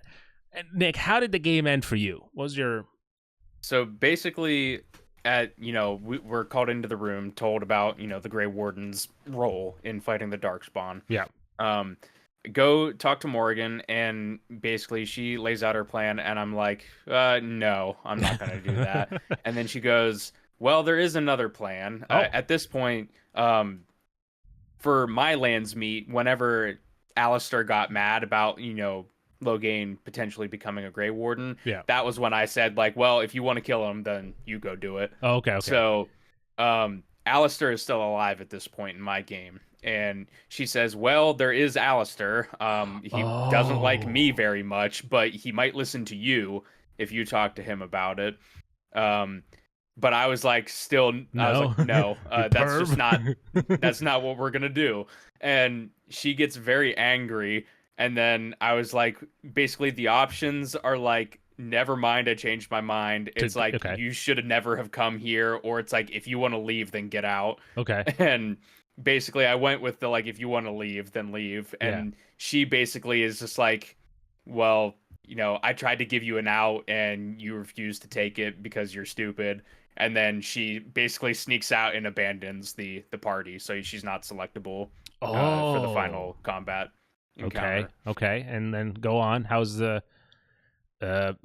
so after this, the Landsmeet's over, this night's over, you prepare for battle. You go to Redcliffe and you initiate the final series of events that are unstoppable. This is it. Which is, I have to say, because we're talking about story and we're not really into gameplay yet, because I have a lot of thoughts about the gameplay. Yes, yeah. Story-wise, why the hell did they go back to Redcliffe Castle to be like, they're going back to Denerim? That made no sense to me. I was like, there's not even a good explanation for it. They were like, we just thought they were going to come this way, and they're not. Yeah, it's like, yeah.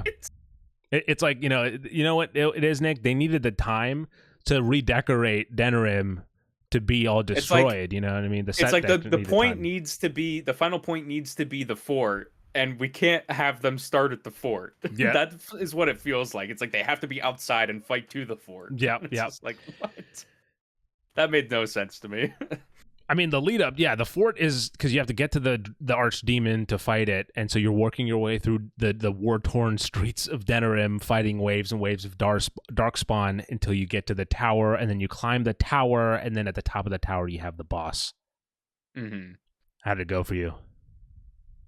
So this gets kind of into like gameplay stuff, but if we're talking about the final battle against the archdemon, basically I tried to fight it one time with like my characters and got wiped pretty quickly. Second attempt, I discovered that there were ballistas stationed everywhere. Right. And so basically I just went and used ballistas and just kept spamming the shit out of that and stun locking the archdemon until it was ready for death. And then basically I gave Alistair the final blow. The winning on it. Okay. Nick, this is where I give you the crazy plot twist, okay? I have not beaten Dragon Age Origins because I can't beat the final boss. Not because, okay, so in my stream, I have at least, and I cut out some stuff because it's just like me going like, what the fuck? The end of this game ruins the entire fucking experience for me.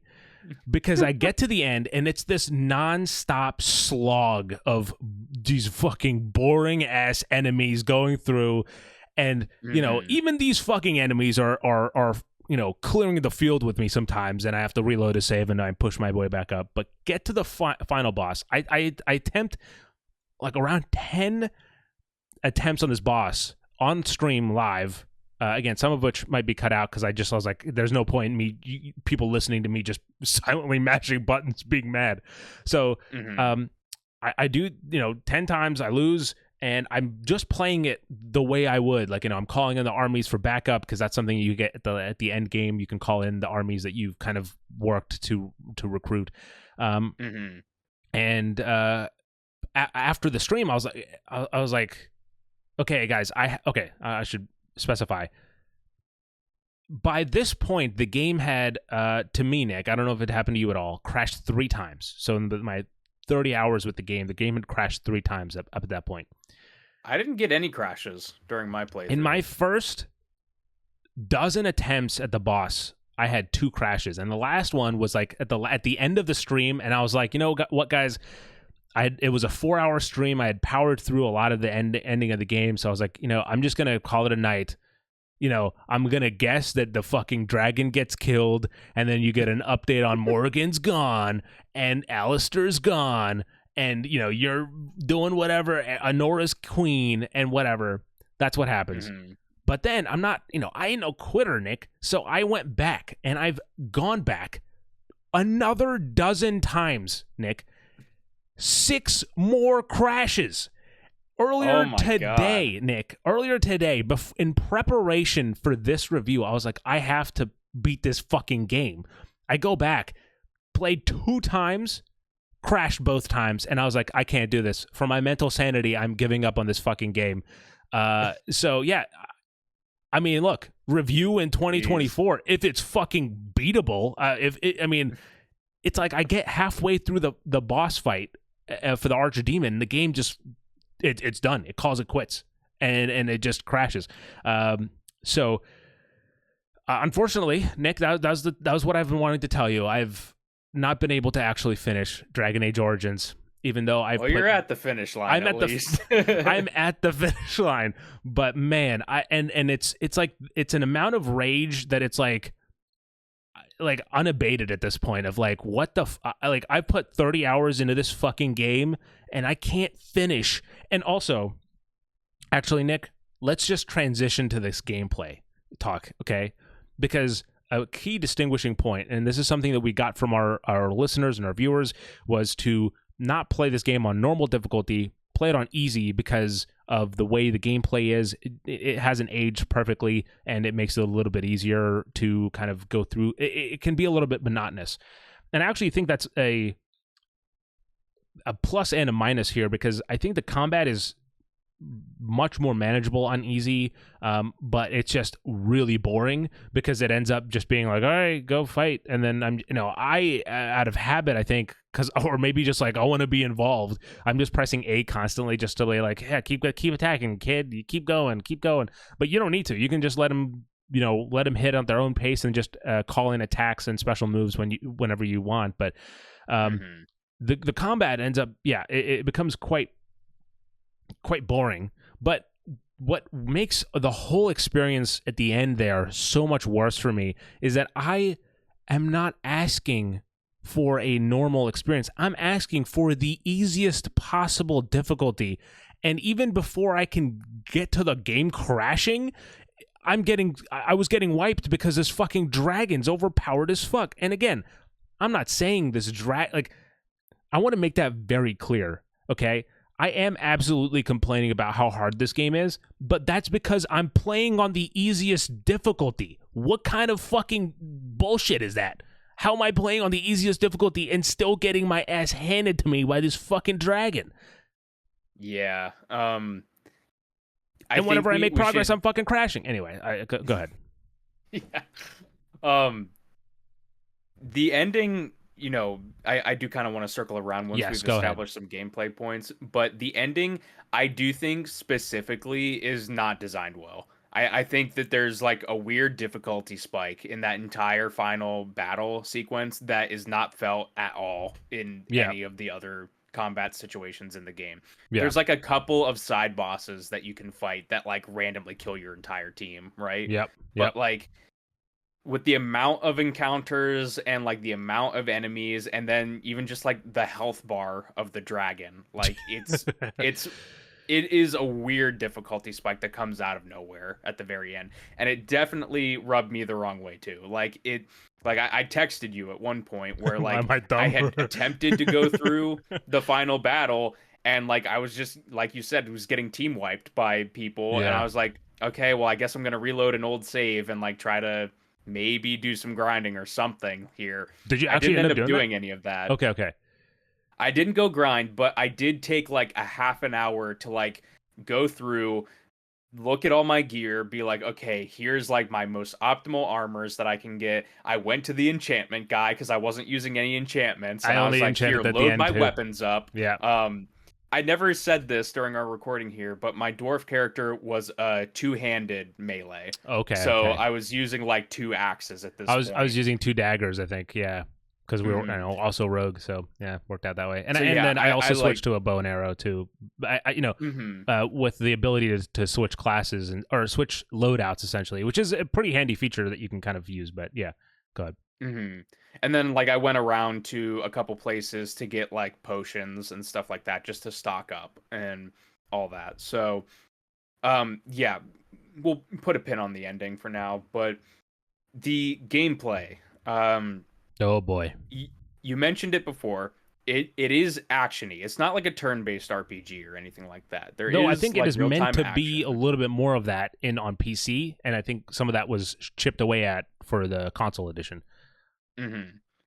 Um I mentioned at the very start here that I played a couple hours of Knights of the Old Republic. Yeah. And the combat system in this game did remind me of Knights of the Old Republic in Mm, that it's the type of game where you have characters, it's in real time, but rather than like I'm like swinging the sword or I'm shooting the gun, it's like I'm telling my character to do that and right. I'm passively watching that Yeah. happen. Yeah.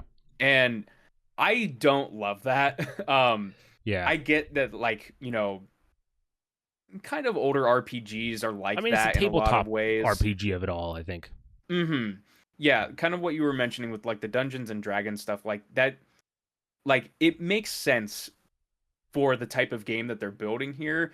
But for me personally, when I'm playing a game like this, I don't love that. I am monkey brain where it's like I need to be actively like swinging my sword or Right. shooting a gun or running and jumping and collecting coins, right? Yeah. Like there's just something about it where it's like that is how my brain works and that's how I get the most fun out of these games where I feel like, I'm the most engaged. Whenever I just tell my party like yeah, go over and attack the enemies, like I don't think it's very like fun. You get a little bit of choice with your special skills that you can do. So like I don't know if you had the same ones as me, but like you get the like, multiple stab move Mm, with like two-handed weapons, or you get like a sweep attack that you can do. And these are on cooldown. So right. you can use it. It gets you like a good amount of damage, and then you have to wait to be able to use it again. Um, these are very reminiscent of Mass Effect. You get similar skills in that. Oh, okay. But what I think sets Dragon Age and Mass Effect apart, or at least Dragon Age Origins and Mass Effect, is that the things that we were talking about that we really like the dialogue and kind of the conversation options that you get, Mass Effect has all of that stuff, but it has the active gameplay that I like, where like I'm picking my shots, I'm taking cover, and I have these, abilities that I get to call on in the moment and or tell my party members to go do what I want them to do. So I think just the more passive combat I am not really a fan of, and I think it really adds to that monotony that you were talking about with the combat, where it's like, okay, these combat encounters don't really feel like they change at all throughout the entire runtime of the game. And when they do change up, it's like, oh, this character just like killed me randomly. It's like, I guess I'll reload and try it again. Yeah. Like, yep. It's not immediately recognizable what you could change on your tactics to bring out like, you know, a different outcome outside of like switching to another party member to get them out of combat to heal. Which, by the way, I think that's bullshit that they don't heal on their own. That sucks. Yeah. Okay. We're talking about gameplay, and there's a few things I very much so agree. I mean, look, Nick and I are pretty much on the same wavelength, I think, for majority of our thoughts on this game. But essentially, to the game's credit, I think there's quite a few systems at play here that, for the more technical players, the players who maybe like to get a little bit more down and dirty with the details, you can. One thing I'll mention here is, for each character, you can have essentially a prioritized set list or attack list, and those can dictate what kind of character or what kind of moves and stuff that character is doing on the field. So, this gives you, again, a little bit more of an ability to say, everyone kind of plays to the part that they want. Just like Nick said, I am also very much so, I have to be in the headspace of the character that I'm playing, and that's how I played the story, and that's how I was approaching the story. But for the same reason, I think that the kind of, it feels like reading a storybook that is, like a 80s, 90s high fantasy book, is that it feels like you're watching a story and not being involved with it. I felt very removed from a majority of the experience, and especially at the end, I felt like, I don't know, it really fell apart. It did not come together at all for me, in a way that I would think would have, if it had come together well, I think it would have maybe been a bit more memorable, a title that I would have looked back at fondly. But as it is now, I had to go through all this relatively uninteresting gameplay to a conclusion that, as I've just discussed, has been unsatisfactory, to say the least. But I'm going to bounce around a few points, just talking about gameplay here.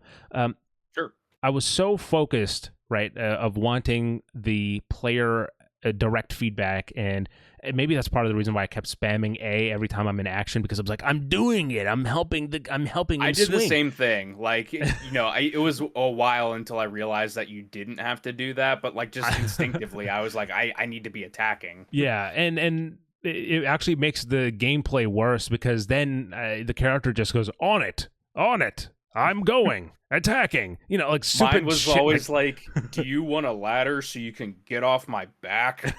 He said that like 5,000 times. Oh my God. Yeah. So, I tried my best to stick to the main character, but, and like for a majority of the game, I played as my main character. It's just that I think mainly at the late game, where I was like, okay, my team is getting fucking wiped sometimes, I would switch to a character that had a healing and heal, and or switch to a character that could stun like a bunch of people and stun.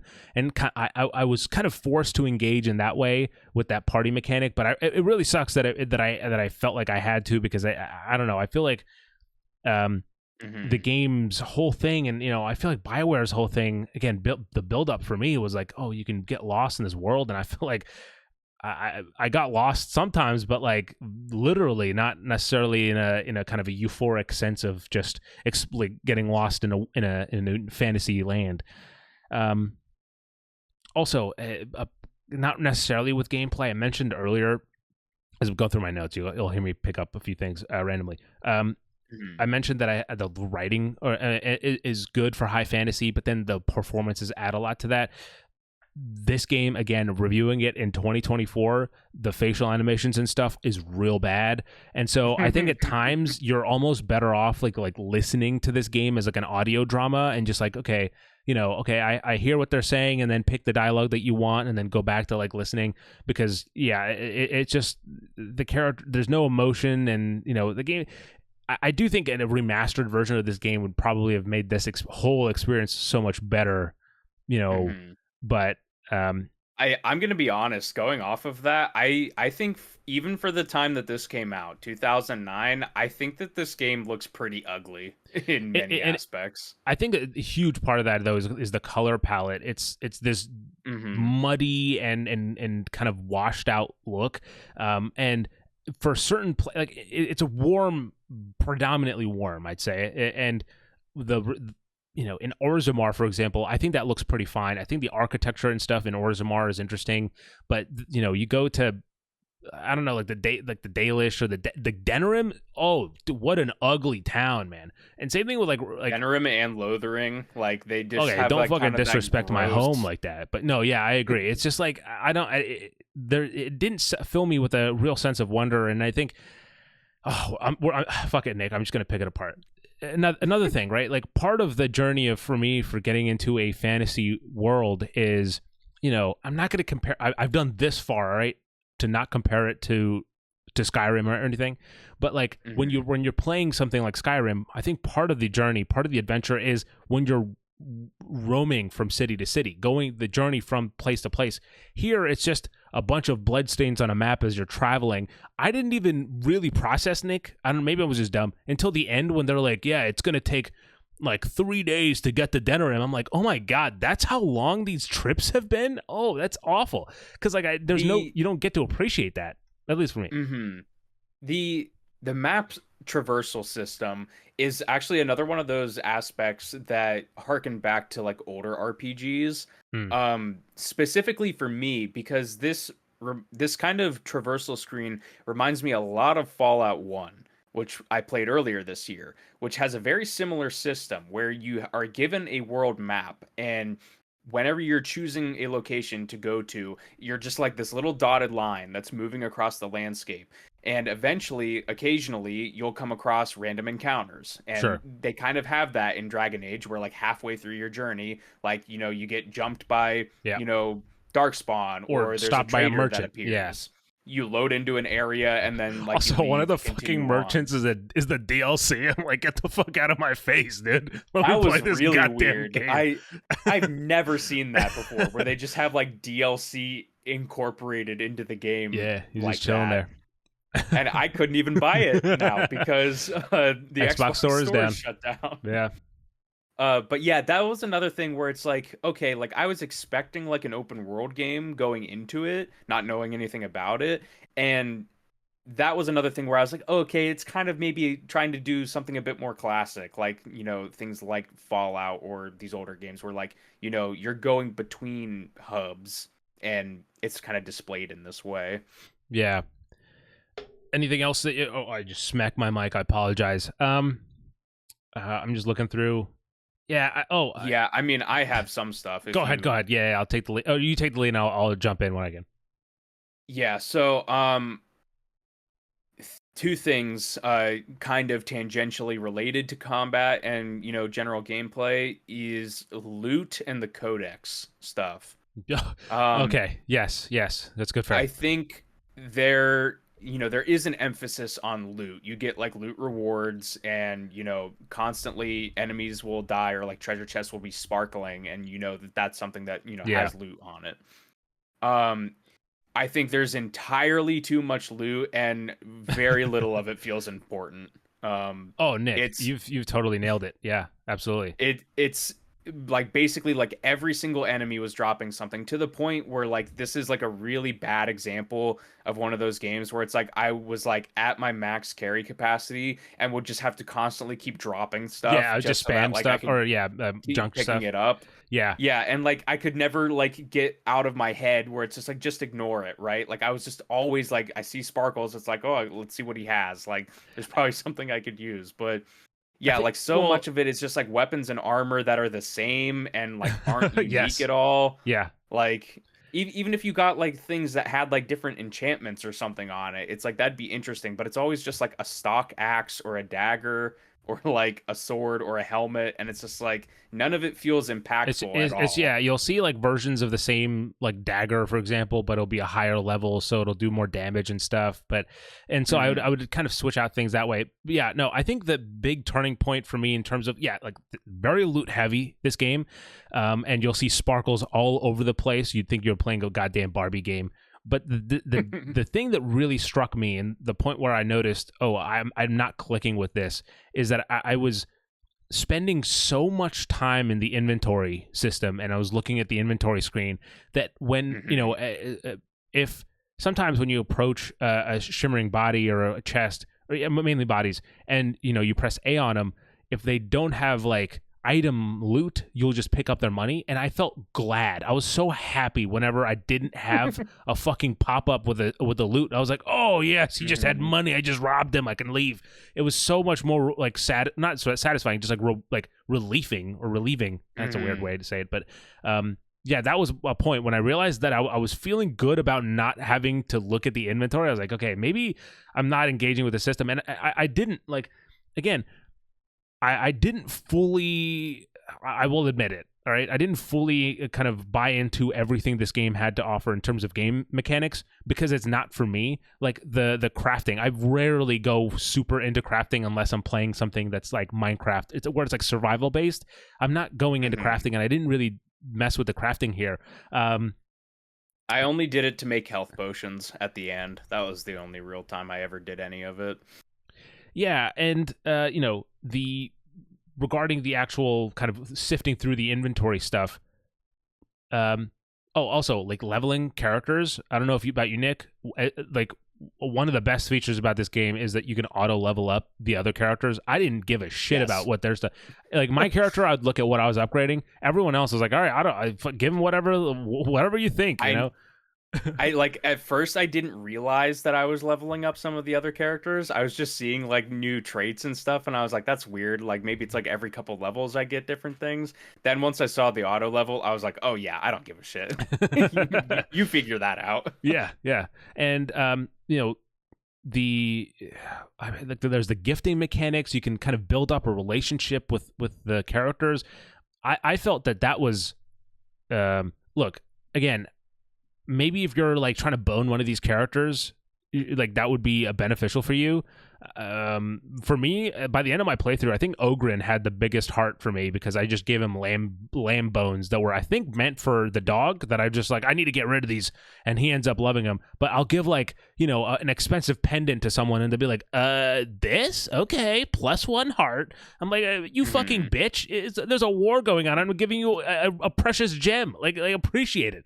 Anyway. Yeah, I didn't engage in that system at all in this game. I will say they did evolve that later in Mass Effect, because building bonds with people does unlock specific missions in Mass Effect 2, at least. I think it does here too, right? Or am I wrong?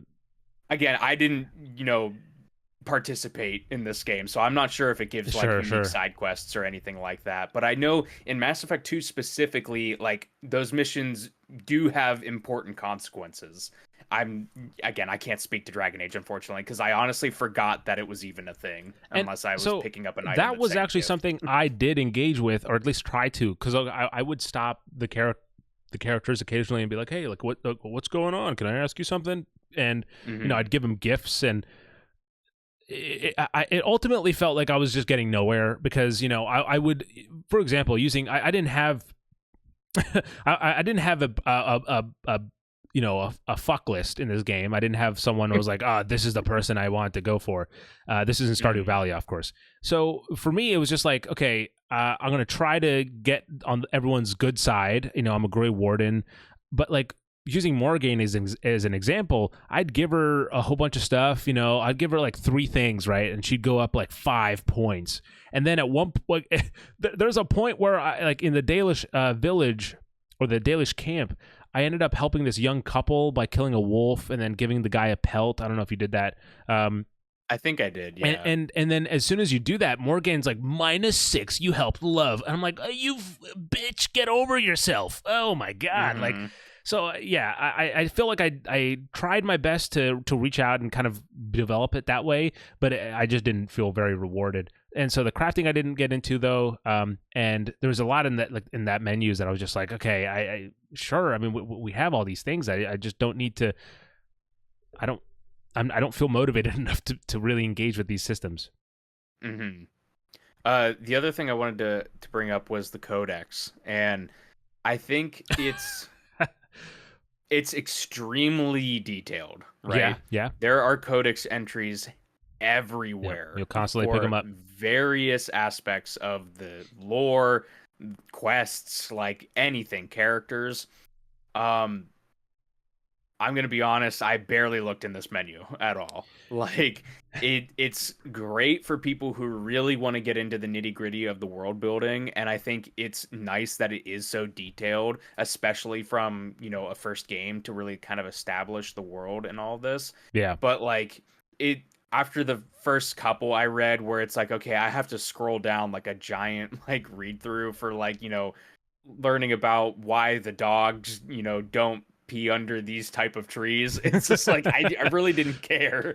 I was just like, you just get me back into the gameplay that like I am a bit more active in versus reading all these. And I just think it's just kind of like the loot. Like there's just so much of it, and some of it is like really long that like I just couldn't be bothered to sit through it. I want to make it clear that I really wanted to get into Dragon Age, because that would have meant, first of all, that we would have been 2 for 2 for retrograde, because I've been really into Warhammer after playing Space Marine.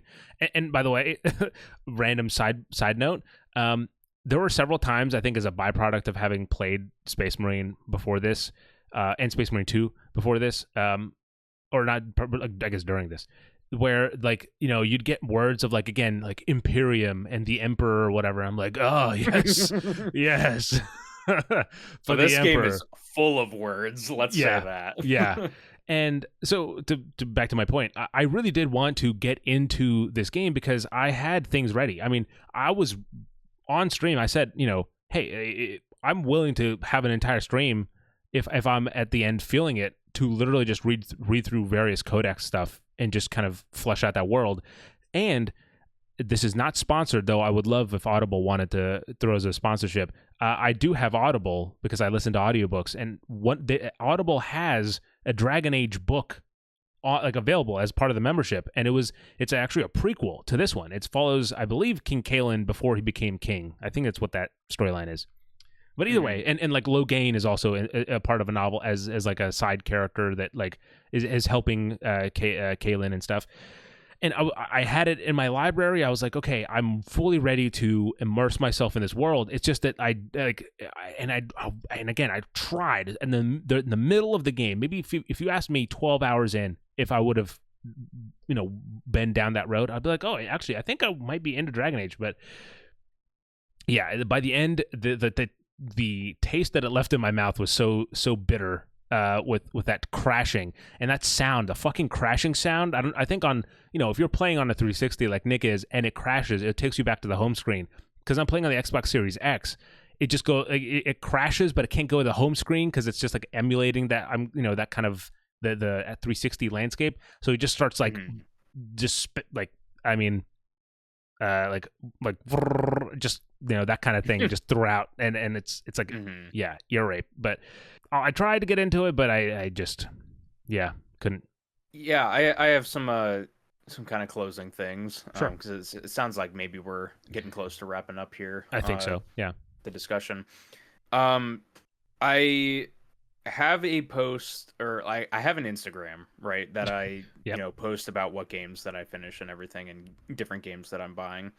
And I made a post about Dragon Age Origins, and I said, I don't know if I am really interested in pursuing later entries right now after playing Origins.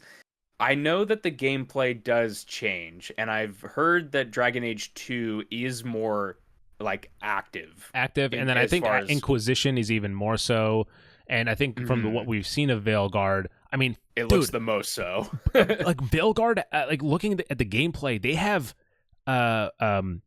dodges. Like you can dodge in the game, and it's like, oh, where is this? I mean, it doesn't even feel like the same. Anyway, yeah, 100%. Yeah, so like it does seem like as the games would go on, I know Dragon Age 2 has a bit of a stink around it from fans of the series. Yeah. So like I wouldn't be opposed to playing more entries in Dragon Age, but like again, kind of as we talked about, like here's my, my definitive stamp. I have it written in my notes, and this will summarize it very well. I'll just read it to you verbatim, how I wrote it. Got it. My note was, not sure if the game is gripping me enough to keep me playing, or if it's the fact that we're doing a discussion that was pushing me towards the end. Yeah. Because I think at a certain point I was like, okay, I'm playing this because we have a soft deadline that we need to record an episode on. And it's like, I feel like if I were just playing this in my free time, I probably would have dropped it. I would have given up on it 100%. And not, well, actually, sorry, I did give up on it, but because it was out of my control. And in the literal last hour, I mean, like, there is maybe 5 minutes of cutscene left in this game for me. But, and, again, it's not even the fact that the game's too difficult. The last 4 or 5 times I've played the game, or sorry, last 6 attempts at the very least that I've played of this game, I think I've died once or twice, and the rest have all been crashes. And so it's like I can't even make that's heartbreaking. Yeah, I can't even make the progress. And Nick, this has truly never happened to me before, and like I was initially in shock. Like that whole time I was like, how is this possible? Like I don't understand how I'm experiencing this, and it's not that like I'm a good gamer. It's just like I'm playing on the easiest difficulty. It's just impossible. I think that ending, we never did kind of circle back around. I think that ending is just like poorly implemented and not very well designed. Like, for some reason, just the way that enemies are coded to behave, and like your allies with the army, and like I don't know if there's like damage scaling going on in here, but like and it does not work like the rest of the game. I mean, to touch on the design again, you have, again, I explained, you work your way through Denerim to get to the fort. Then once you get to the fort, you have to work your way in and then up to the top floor. And then for some goddamn reason, once you get the enemy down to half health, ads start showing up, and it's like a shit ton of them, and there's like 3 high level ones in there, and so it just turns into and then the worst fucking enemy in this game. You get like 3 or 4 of them continually thrown at you at that part, which the Shriekers, and all they do is fucking shriek. So like the gameplay just turns into and it's like, God, shut up, Jesus. Oh my goodness, man. I mean, this was a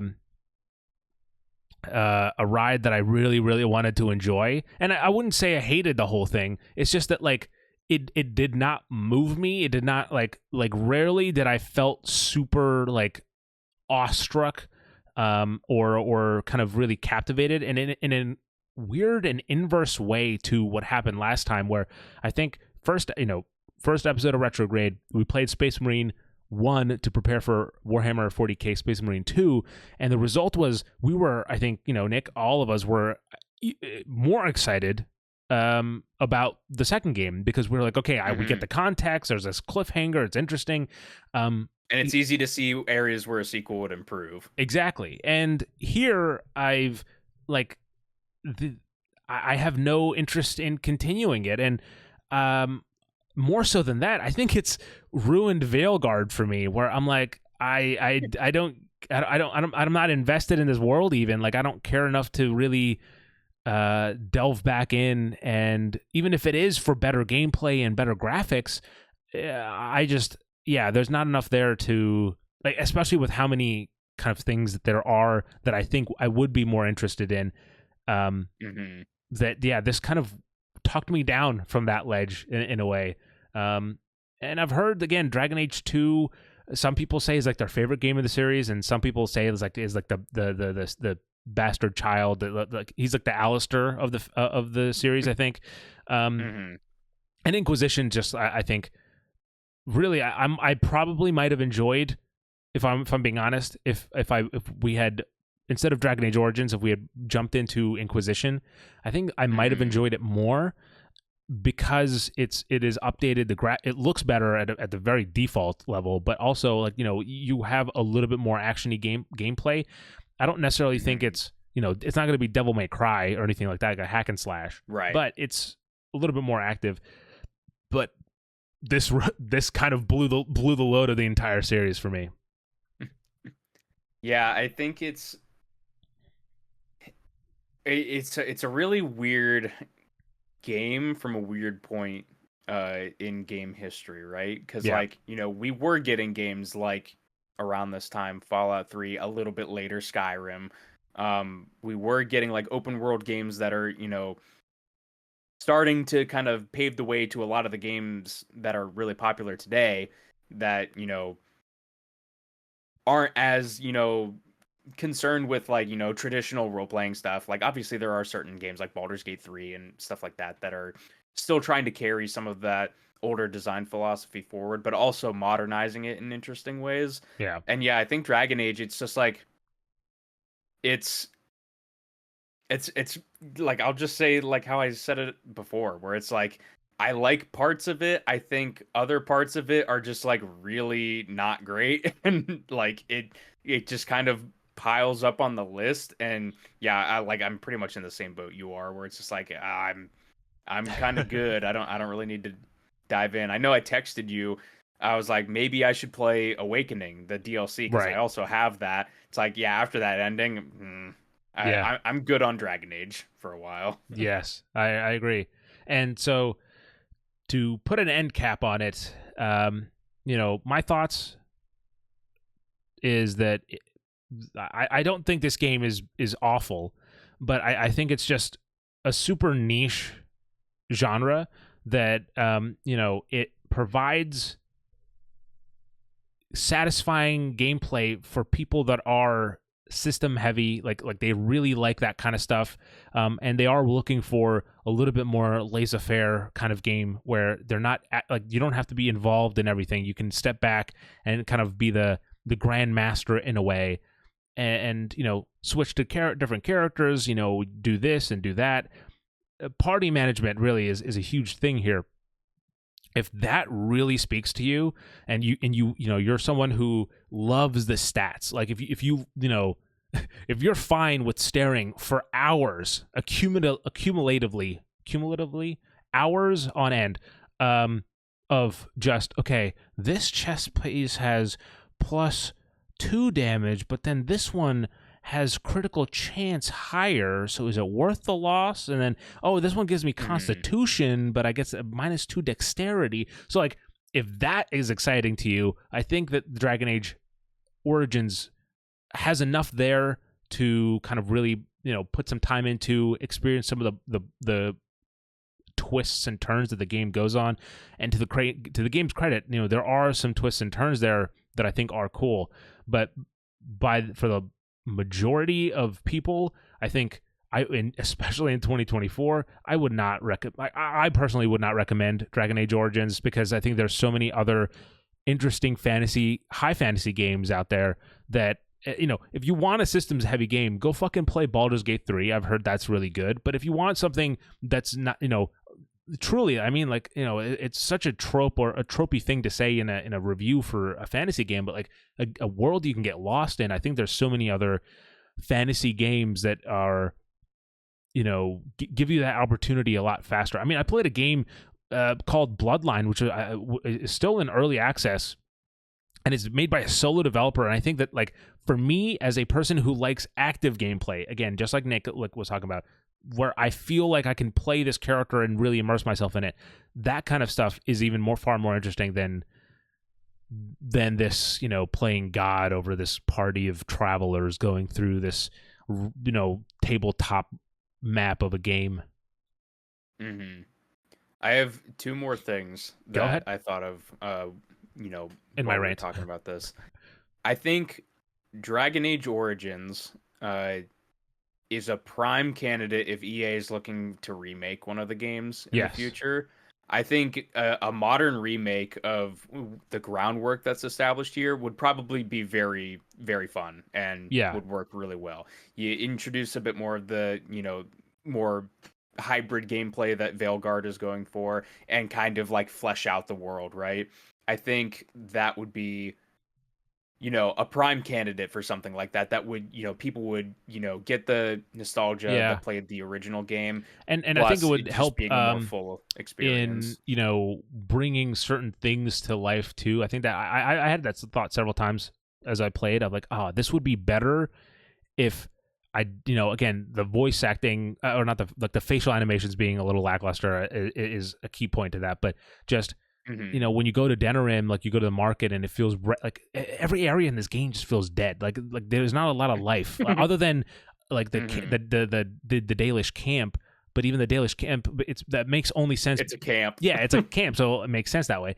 So it like for a lot of it, like that increased fidelity where a market is like bustling and you don't just have like two kids running around. Like those things would, I think, help greatly.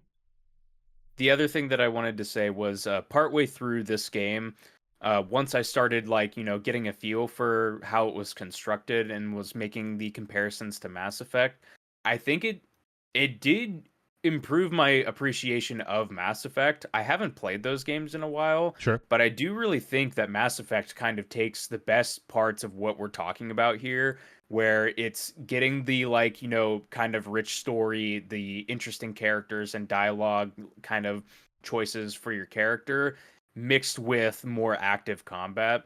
So I'm curious if in the future, if you were going to pick up like one of the Mass Effect games and give that a try, what kind of your thoughts would be on that, because I was just thinking there and I was like, you know what, like while playing Dragon Age, I was like, I kind of wish I was just playing Mass Effect right now, because that I feel it's a more well-rounded accomplishment of the gameplay systems that they're trying to accomplish here. Yeah. Well, ladies and gentlemen, with that said, that brings us to the end of our 2-hour discussion about Dragon Age Origins. In that time, I could have at least experienced like 5-6 more crashes if I wanted to, but I'm here instead with you guys to talk about the game, and I hope you enjoyed. I don't know what you guys were expecting when you voted for Dragon Age Origins. I'm not sure if we played to what we were expected to, whether like if you guys all expected this out of us, or maybe you thought one of us would love the game and one of us not, or one of us didn't even make it through the opening tutorial area, so like that says a lot. But the if you're a Dragon Age fan, hopefully you're not too salty with our takes. Yes, yeah, I'm sure there's gonna be some, but honestly, look, we hope you enjoyed this conversation at the very least. If you like Dragon Age Origins, guess what? You could have stopped our podcast show at any time and gone back to fucking, I don't know, watching the people in the market in Denerim stand around. I don't know, dude. Whatever you guys do in that game, whatever you like doing, comparing stats in the inventory. Maybe you guys could have done that instead. But we appreciate you hanging out with us and hearing us talk about Dragon Age Origins. Of course, this is the September game for the show, which means that as we step into October, we're going to have a brand new game, which we're not sure what it's going to be. This is a conversation I think Nick and I will be getting into right after this episode. But, you guys can vote on whatever our short list is, right? That's how this works. We'll come up with a few games, 3, 4, 5, that we think would be good contenders, topical contenders, and we'll leave them out for a week. You can go on RespawnStation.com and vote, and the winner at the end of the week will be the game that we play. This time there is going to be no 40-hour behemoths involved. I would be shot. I don't even know if there's a 40-hour horror game out there, which, spoiler alert, it's going to be something horror for the spooky month. So stay tuned for that. We have a lot of awesome content coming. So thanks to everybody who has been supporting the channel. We really appreciate it. If you're new here and you haven't yet done so, you can subscribe. Head on over to watch.respawnstation.com. Check out our YouTube channel. listen to our weekly podcast, the Respawn Station podcast, where every week Nick and I get together to talk about video games we're playing. And this time, ladies and gentlemen, I'm happy to say we don't have to say we've been playing Dragon Age Origins and that we can't talk about what we think of it. We're branching out. We're not. We'll have new stuff. Yeah, we're not shackled down to this to Ferelden. So hope you guys are excited for that. But without further ado, Nick, anything else you want to say to the people before I wrap it up? Hope you enjoyed. We kind of enjoyed, maybe at some times. I enjoyed making this podcast with you, Nick, and I suppose so it was a good chat. I think it was decompressing. Kind of flew by. It was decompressing. But hope you guys enjoyed as well. Leave a like if you did, and until next time, as always, have a good night, a good morning, and a damn good time.